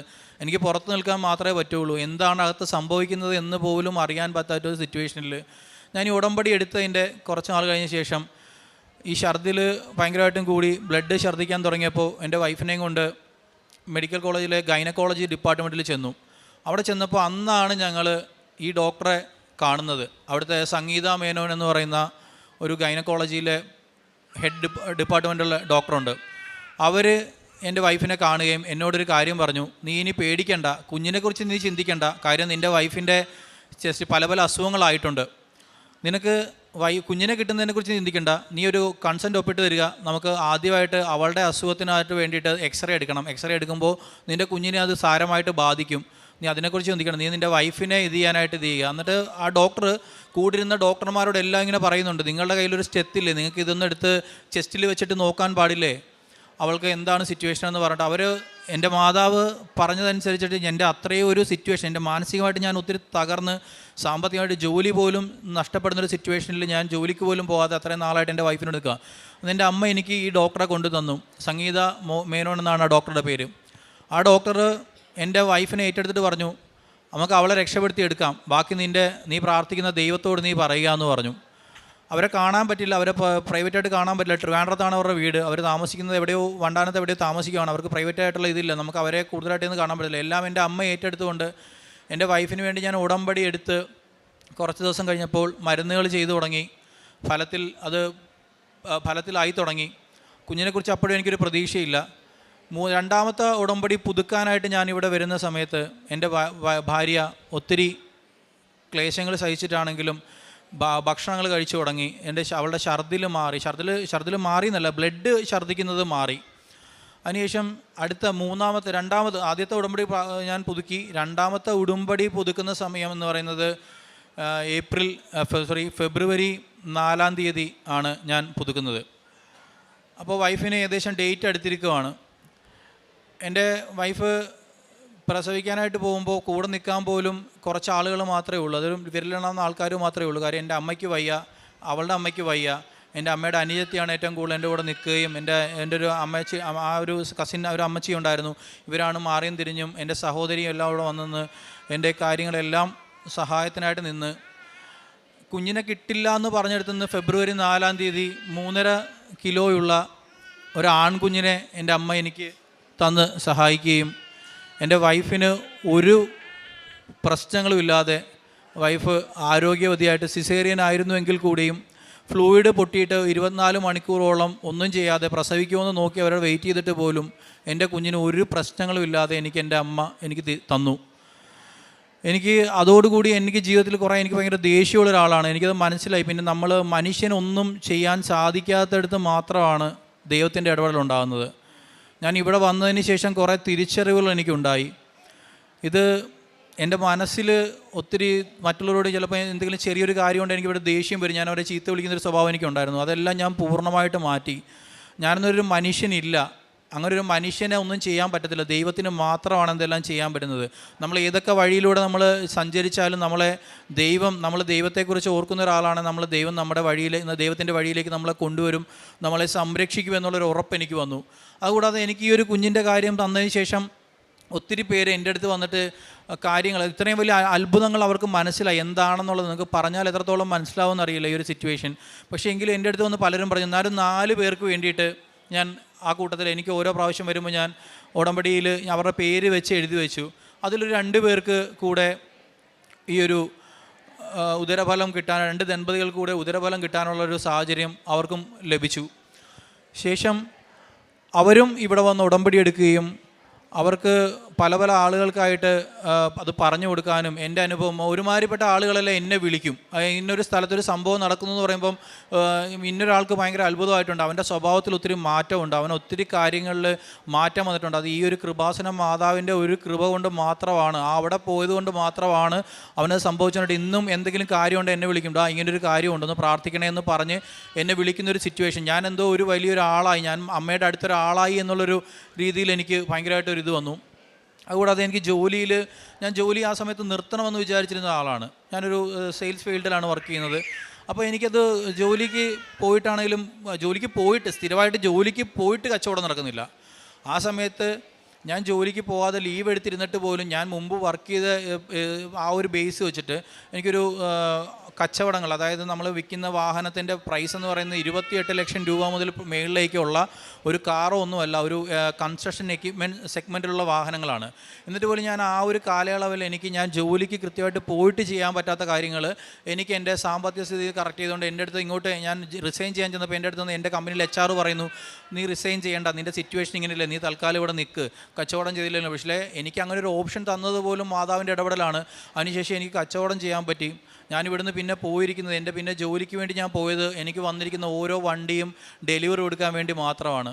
അത് 28 ലക്ഷം രൂപ, 50 ലക്ഷം രൂപ. അത് കമ്പനിക്ക് പോലും ആ സമയത്ത് അവിടെ വലിയൊരു കച്ചവടം ഇല്ലായിരുന്നൊരു സമയമാണ്. എൻ്റെ ആവശ്യം, എനിക്ക് ആ പണം ആവശ്യമാണെന്ന് മാതാവിന് തോന്നി. മാതാവ് എന്നെ സഹായിച്ച് എൻ്റെ കമ്പനിക്ക് ഒരു സഹായം എന്നുള്ള രീതിയിൽ എനിക്കവിടെ കച്ചവടം ഉണ്ടായി. എൻ്റെ വീട്ടിലെ കാര്യങ്ങൾ, സാമ്പത്തിക ഇടപാടുകൾ നടക്കാനുള്ളൊരു കാര്യം ഉണ്ടായി. അതുകൂടാതെ എൻ്റെ സഹോദരങ്ങൾ എന്നെ ഒത്തിരി ആ സമയത്ത് എന്നോട്, ഞാൻ സംസാരിക്കാതിരുന്നവർ പോലും എന്നെ ഇങ്ങോട്ട് വിളിക്കുകയും, നിൻ്റെ ആവശ്യം ഞങ്ങൾ അറിഞ്ഞു, നീ ഒന്നും വിചാരിക്കേണ്ട, നീ നിൻ്റെ അക്കൗണ്ട് നമ്പർ ഇട്ടതാ, നിനക്ക് എന്താണ് ആവശ്യമുള്ളതെന്നും പറഞ്ഞ് എന്നെ ഒത്തിരി സപ്പോർട്ട് ചെയ്യാനും ഏത് രീതിയിലും എനിക്കൊരു സപ്പോർട്ടായിട്ട് അവർ വന്നു. അതിനുശേഷം ഞാൻ ഈ അനുഗ്രഹങ്ങളെല്ലാത്തിനും ഒടുതായിട്ട് ഞാൻ കഴിഞ്ഞ പ്രാവശ്യം പുതുക്കാൻ വന്നപ്പോൾ എൻ്റെ അടുത്ത് പറഞ്ഞു, ഞാൻ വാടകയ്ക്കാണ് താമസിക്കുന്നത്. അപ്പോൾ എൻ്റെ അടുത്ത് ഇവിടുന്ന് പറഞ്ഞു, നിങ്ങൾക്ക് ഇത്രയും അനുഭവങ്ങളുള്ളതല്ലേ, നിങ്ങൾക്ക് സാക്ഷ്യം പറയാൻ പാടില്ല എന്ന് ചോദിച്ചു. ഞാൻ പറഞ്ഞു, സാക്ഷ്യം പറയാനായിട്ട് എനിക്ക് ഒരു ആവശ്യം കൂടെ ഉണ്ട്, അതൊരു സ്ഥലത്തിൻ്റെ ആവശ്യമാണ്. സ്ഥലം എടുക്കാനായിട്ട് എനിക്ക് ഒത്തിരി 10-18 ലക്ഷം രൂപ എനിക്ക് കടമുണ്ട്. സ്ഥലം എടുക്കുന്നതിനെക്കുറിച്ച് എനിക്ക് ചിന്തിക്കാനേ പറ്റത്തില്ല. പക്ഷേ എങ്കിലും പറഞ്ഞു, എനിക്കൊരു സ്ഥലത്തിൻ്റെ ഒരു ആവശ്യം കൂടെ ഉണ്ട്. ചിലപ്പോൾ അതൊരു പക്ഷേ എനിക്കൊരു 3 മാസം കൊണ്ട് നടന്നാലോ, 4ാമത്തെ ഉടമ്പടിക്ക് പുതുക്കുന്നതിന് മുമ്പായിട്ട് നമ്മൾ സാക്ഷ്യം പറഞ്ഞാൽ പോരെയെന്ന് പറഞ്ഞ് ഞാൻ ഇവിടുന്ന് പോയിട്ട് എൻ്റെ പള്ളിയുടെ ഒരു സ്ഥലം, ഞങ്ങളുടെ അവിടെയൊക്കെ നല്ല അത്യാവശ്യം വിലയുള്ള സ്ഥലത്ത്, ആ പള്ളിയുടെ ഒരു സ്ഥലമായതുകൊണ്ട് മാത്രം അത് ആ ഒരു റേറ്റിൽ എനിക്ക് കിട്ടുകയും, ഒരു 3 സെൻറ്റ് സ്ഥലം ആഗ്രഹിച്ചിട്ട് ഞാനൊരു 10 സെൻറ്റ് സ്ഥലം ഞാനിപ്പോൾ കഴിഞ്ഞ ദിവസം ആധാരം നടത്തി എൻ്റെ പേരിലേക്ക് ആക്കുകയും ചെയ്തു. ഇതിൻ്റെ എല്ലാത്തിൻ്റെയും ഒരു കാര്യമെന്ന് പറയുന്നത് നമ്മളുടെ ഒരു കഴിവോ കാര്യങ്ങളോ ഒന്നുമല്ല. ഞാനിവിടെ വന്നു, എൻ്റെ സ്വഭാവത്തിൽ മാറ്റങ്ങളുണ്ടായി, ഞാൻ ഈ ഉടമ്പടിയിൽ നിന്നു. ഞാൻ പറഞ്ഞതുപോലെ ഉടമ്പടിയുടെ നിയോഗങ്ങൾ പറയുന്നത് പോലെ ഞാൻ പത്രം കൊടുക്കാനാണെങ്കിലും ഞാൻ എല്ലാവരോടും ഞാൻ വളരെ കാര്യങ്ങൾ എനിക്കുണ്ടായ അനുഭവങ്ങൾ ഞാൻ ഇതിലും വ്യക്തമായിട്ട് പറഞ്ഞു കൊടുത്തതിന് ശേഷം മാത്രമാണ് ഞാൻ പത്രം കൊടുക്കാറുള്ളൂ. പിന്നെ ആർക്കെങ്കിലും ഭക്ഷണം കൊടുക്കണം, മേടിച്ച് കൊടുക്കണമെന്ന് നമ്മൾ തീരുമാനിച്ചിരിക്കുകയാണെങ്കിൽ നമ്മളെ തേടി ആൾ വരും. നമുക്ക് ആവശ്യമുള്ള, നമ്മുടെ കയ്യിൽ എത്ര രൂപയാണോ ഉള്ളത് ആ പൈസയ്ക്ക് ആവശ്യമുള്ള ആൾക്കാരാണ് വരുന്നത്. നമുക്ക് കൂടുതൽ ആരും ആവശ്യപ്പെടുന്നില്ല, നമുക്കൊരു ഭക്ഷണം മേടിച്ച് തരാമോ, നമുക്ക് ആ സാഹചര്യങ്ങൾ വരെ മാതാവ് നമുക്ക് തരുന്നു. പിന്നെ എനിക്ക് എൻ്റെ വൈഫിന് ഒരു അലർജി ഒരു പ്രോബ്ലം ഉണ്ടായിരുന്നു. അതായത് എന്ത് കഴിച്ചാലും പെട്ടെന്ന് ഇത് തടിച്ച് വരിക. അപ്പോൾ ഈ പ്രഗ്നൻസിയിൽ അതും ഒരു പ്രശ്നമായിട്ട് ആ മരുന്ന് കൂടുതൽ എടുക്കാൻ പറ്റാത്ത സിറ്റുവേഷനിൽ ഞാൻ ഈ ഉടമ്പടി ഉപ്പും തൈലവും തേനും ഉപയോഗിച്ചിട്ട് ഇന്നേ നിമിഷം വരെ, അന്ന് മുതൽ പിന്നെ ഇന്നേ നിമിഷം വരെ അങ്ങനെ ഒരു പ്രശ്നം ഉണ്ടായിട്ടില്ല. ഞങ്ങളുടെ മകനെ നോക്കാനായിട്ട് ഞാനും എൻ്റെ വൈഫുമാണ് കൂടുതൽ. ബാക്കി എല്ലാവർക്കും അത്യാവശ്യം അസുഖങ്ങളും കാര്യങ്ങളുള്ളതുകൊണ്ട് അവർക്കൊന്നും ഉറക്കം നിൽക്കാനോ കാര്യങ്ങളും പറ്റുന്നില്ലായിരുന്നു. എന്നിട്ട് ഞങ്ങൾ ഈ ഒരു കൃപാസനം പ്രാർത്ഥനയുടെ കാര്യം കൃത്യമായിട്ട് എനിക്ക് ടൈമിന് പോലും പ്രാർത്ഥിക്കാൻ പറ്റാത്തൊരു സിറ്റുവേഷൻ ആദ്യത്തെ സമയത്തുണ്ടായിരുന്നു. പക്ഷേ അതിനുശേഷം ആദ്യത്തെ ഒരു 3 മാസത്തിന് ശേഷം എൻ്റെ പുതുക്കലിന് ശേഷം വൈഫ് ആരോഗ്യവതിയായി. ഞാനും വൈഫും കൂടെ അത്രയും സിറ്റുവേഷൻ ആയിരുന്നിട്ട് പോലും ഞാനും വൈഫും കൂടെ രാവിലെ എഴുന്നേറ്റ് പള്ളിയിൽ പോകാനും കൃത്യമായിട്ട് പ്രാർത്ഥിക്കാനും എല്ലാത്തിനും ഞങ്ങൾ ഇരിക്കാനും. കാര്യം ഞങ്ങൾക്ക് മനസ്സിലായി പിന്നെ ഇനി വേറെ ആരിലും ആശ്രയമില്ല. കാര്യം 1 കോടി രൂപ നമ്മുടെ കൊണ്ട് തന്നു പറഞ്ഞാലും നമ്മളൊരു ഏറ്റവും വലിയ ഇതാണ് ഹോസ്പിറ്റൽ. അവർ നമ്മളെ റിജക്റ്റ് ചെയ്തിട്ട് നിങ്ങൾ എങ്ങോട്ടെങ്കിലും പൊക്കോ എന്ന് പറയുന്ന സിറ്റുവേഷൻ. വണ്ടാനം ഹോസ്പിറ്റലിലെ മെഡിക്കൽ കോളേജിനെ കുറിച്ച് എല്ലാവരും പറയുന്നത് വളരെ മോശമായിട്ടാണ് എല്ലാവരും പറയുന്നത്. പക്ഷേ അവിടെ അങ്ങനെ ഒരു ഡോക്ടറെ ഞങ്ങളെ ഏറ്റെടുക്കാനും അതിനുശേഷം ഇങ്ങനെ ഒരു കാര്യം നീ പേടിക്കേണ്ട, നിനക്കത് ഓട്ടോമാറ്റിക്കലി നിനക്കതെല്ലാം റെഡി ആയിക്കോളും, നീ പ്രാർത്ഥിച്ചാൽ മാത്രം മതി, ഡോക്ടർ ഇങ്ങോട്ടാണ് പറയുന്നത്. അങ്ങനെ ഞാൻ ഇവിടെ വന്നു. എനിക്കതിൻ്റെ ഫലമായിട്ട് എനിക്ക് ഇത്രയും അനുഗ്രഹങ്ങൾ. എനിക്ക് നമ്മുടെ ഒരു ജീവിതത്തിലെ ഏറ്റവും വലിയ സ്വപ്നമാണ് നമ്മുടെ ഒരു കല്യാണം കഴിഞ്ഞാൽ നമുക്കൊരു കുഞ്ഞെന്ന് പറയുന്നത്. ആ കുഞ്ഞ്, നമുക്കൊരു ഭാര്യ ഉണ്ടായി, ആ ഭാര്യയുടെ ആ ആരോഗ്യം, ആ ഭാര്യ ഇല്ലാതെ ചിലപ്പോൾ കുഞ്ഞോ ഭാര്യയോ എന്നുള്ള സിറ്റുവേഷൻ വരെ വന്ന സമയത്ത് അതിനകത്തു നിന്നെല്ലാം മാറ്റിക്കൊണ്ട് ആരോഗ്യവും ആയുസ്സോടും കൂടി എനിക്ക് എൻ്റെ കുഞ്ഞിനെയും ഭാര്യയും കൃപാസനം മാതാവ് ദൈവത്തിൽ നിന്ന് ഞങ്ങൾക്ക് നേടിത്തരുകയാണ് ഉണ്ടായത്. ഞാൻ എല്ലാവർക്കും ഇവിടെ വരും 3 മാസം, എല്ലാ മാസവും ഞാനിവിടെ വരും. 3 മാസത്തിൽ ഞാൻ പുതുക്കി കൃത്യമായിട്ട് 4-ാം തീയതി എന്നൊരു ഡേറ്റിൽ ഞാനിപ്പം 4 പ്രാവശ്യം ഈ ഉടമ്പടി ഞാൻ പുതുക്കി.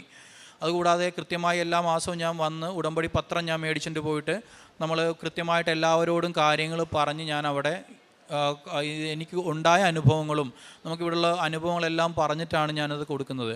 പിന്നെ എനിക്ക് ഇവിടെ വന്നപ്പോൾ ഞാൻ ഇഷ്ടപ്പെട്ട കാര്യം നമ്മുടെ എല്ലാ കാര്യങ്ങളും നമ്മുടെ ഉള്ളിലുള്ള നമ്മുടെ ദേഷ്യം, നമ്മുടെ എന്തെങ്കിലും ദുസ്വഭാവങ്ങളുണ്ടെങ്കിൽ അതെല്ലാം മാറ്റിവെച്ച് ദൈവത്തോടായിരിക്കുക. ഇന്നൊരാൾക്ക് കൊടുക്കണം എന്ന് പ്രത്യേകം പറയുന്നില്ല. ഇന്നൊരാൾക്ക് കൊടുക്കണം, ഇന്ന പള്ളിയിൽ കൊടുക്കണമെന്നല്ല പറയുന്നത്. നിങ്ങളുടെ കൺമുൻപിൽ വരുന്ന ഒരാൾക്ക് കൊടുക്കണം. അത് തന്നെയാണ് ഏറ്റവും കൂടുതൽ എന്നെ ഇവിടെ ആകർഷിച്ചിരിക്കുന്നത്. അങ്ങനെ ഒരാൾക്ക് വേണ്ടി ചെയ്ത് കഴിയുമ്പോൾ ഞാൻ എൻ്റെ കയ്യിൽ, എൻ്റെ വൈഫും അമ്മയും കൊണ്ട് ഹോസ്പിറ്റലിൽ കിടന്ന സമയത്ത് എൻ്റെ കയ്യിൽ വെറും ഒരു 300 രൂപയാണുള്ളത്. എനിക്ക് സഹായം ചെയ്യാനായിട്ട് അവിടെ ഓൾറെഡി എല്ലാവരും ചോറ് കൊടുക്കുന്നുണ്ട്. എൻ്റെ അപ്പുറം ഇപ്പുറയും വന്നിരിക്കുന്നത് 2 അനാഥരാണ്. ഒരു അമ്മൂമ്മ അനാഥമായിട്ടുള്ള ഒരു റോഡിൽ നിന്ന് കൊണ്ടുവന്ന ഒരാളെയും, രണ്ടാമത് വന്നത് ഒരു പ്രായമായൊരു ഇച്ചിരി ഒരു മധ്യവയസ്കയായ ഒരു സ്ത്രീ. അവർ അന്ന് കടലിൽ ചാടിയിട്ട് അവരെ പോലീസ് റെസ്ക്യൂ ചെയ്ത് കൊണ്ടുവന്നിട്ട് ഞങ്ങളുടെ അപ്പുറത്തിടെ എൻ്റെ അപ്പുറം ഇപ്പുറം ഈ 2 സ്ത്രീകളാണ് ഉള്ളത്. എനിക്ക് ആ സമയത്ത് ഒരു കാരണവശാലും പുറത്തോട്ടിറങ്ങി എൻ്റെ പൈസയില്ല. ഞാൻ ഈ 300 രൂപ എടുത്തിട്ട് അവർക്ക് 2 പേർക്കും ഓരോ പാത്രം മേടിച്ച് കൊടുത്തു, അവർക്ക് 2 പേർക്കും ഭക്ഷണം മേടിച്ച് കൊടുത്തു, അവർക്ക് 2 പേർക്കും ഓരോ ഗ്ലാസും സ്പൂണും മേടിച്ച് കൊടുത്തു. ഞാൻ പറഞ്ഞു, ഞാനിനി എപ്പോഴും എനിക്കിവിടെ നിൽക്കാൻ പറ്റില്ല, എൻ്റെ ആൻറ്റി ആയിരിക്കും വരുന്നത്, നിങ്ങൾക്ക് എന്തെങ്കിലും കാര്യം ഉണ്ടെങ്കിൽ ഇനി ഈ പാത്രം കയ്യിൽ വെക്കുക, ആരെങ്കിലും നിങ്ങൾക്ക് ഭക്ഷണം മേടിക്കുന്നത് ഷെയർ ചെയ്ത് തരുമെന്ന് പറഞ്ഞു. എനിക്ക് സഹായം ചെയ്യാനുള്ള ആളെ വരെ എൻ്റെ അടുത്ത് എത്തിച്ചു തന്നു. ഈ 300 രൂപ കഴിഞ്ഞാൽ എൻ്റെ കയ്യിൽ 1 രൂപയില്ല. അപ്പോഴാണ് എൻ്റെ സഹോദരങ്ങൾ എന്നെ വിളിക്കുന്നത്, നിനക്ക് എന്താണ് പ്രശ്നം, നീ എന്തുകൊണ്ടാണ് ഞങ്ങളോട് പറയാത്തത് എന്ന് പറഞ്ഞിട്ട് നീ പറഞ്ഞ അക്കൗണ്ട് നമ്പർ ഞാൻ ഇപ്പോൾ കൊടുക്കുന്നില്ല. അപ്പോൾ അവരെൻ്റെ ഗൂഗിൾ പേ നമ്പർ എൻ്റെ ഫോൺ നമ്പർ ആണെന്ന് അവർക്ക് അറിയാവുന്നതുകൊണ്ട് അവരെനിക്ക് പൈസ ഇട്ട്, ഞാൻ പ്രതീക്ഷിക്കുന്നതിനെക്കാട്ടി കൂടുതൽ നമ്മളൊരു 10,000-5,000 രൂപ പ്രതീക്ഷിച്ചപ്പോൾ ആ ഒരു സമയത്ത് എനിക്കൊരു 70,000 രൂപ അക്കൗണ്ടിൽ വന്നു.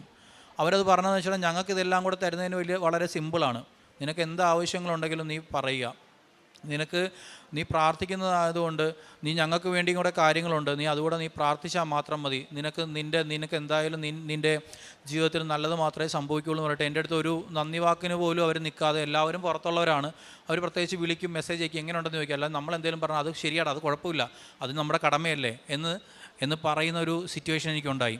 അപ്പോൾ എനിക്ക് എൻ്റെ ജീവിതത്തിൽ ഒത്തിരി സന്തോഷം. ഞാനിപ്പം മാതാവിൻ്റെ കൃപയിലാണ്. എൻ്റെ ഭാര്യയും എൻ്റെ മകനും എൻ്റെ കുടുംബാംഗങ്ങളും എൻ്റെ സഹോദരങ്ങളും എല്ലാവരും മാതാവിൻ്റെ ഇതിലാണ്. എല്ലാവരും എന്നോട് ഇവിടെ വരുന്ന ഒത്തിരി ആളുകൾ എനിക്ക് ശേഷം, ഞാൻ വന്നതിന് ശേഷം ഇവിടെ വരാനും ഒത്തിരി കാര്യങ്ങൾക്ക് എന്നോട് സഹായം ഇവിടത്തേക്ക് വേണ്ടിയിട്ട് പ്രാർത്ഥിക്കുമ്പോൾ അവരുടെ കൂടെ കാര്യം പറയണമെന്ന് പ്രാർത്ഥിക്കുന്ന ഒരു സിറ്റുവേഷൻ ഉണ്ടായിട്ടുണ്ട്.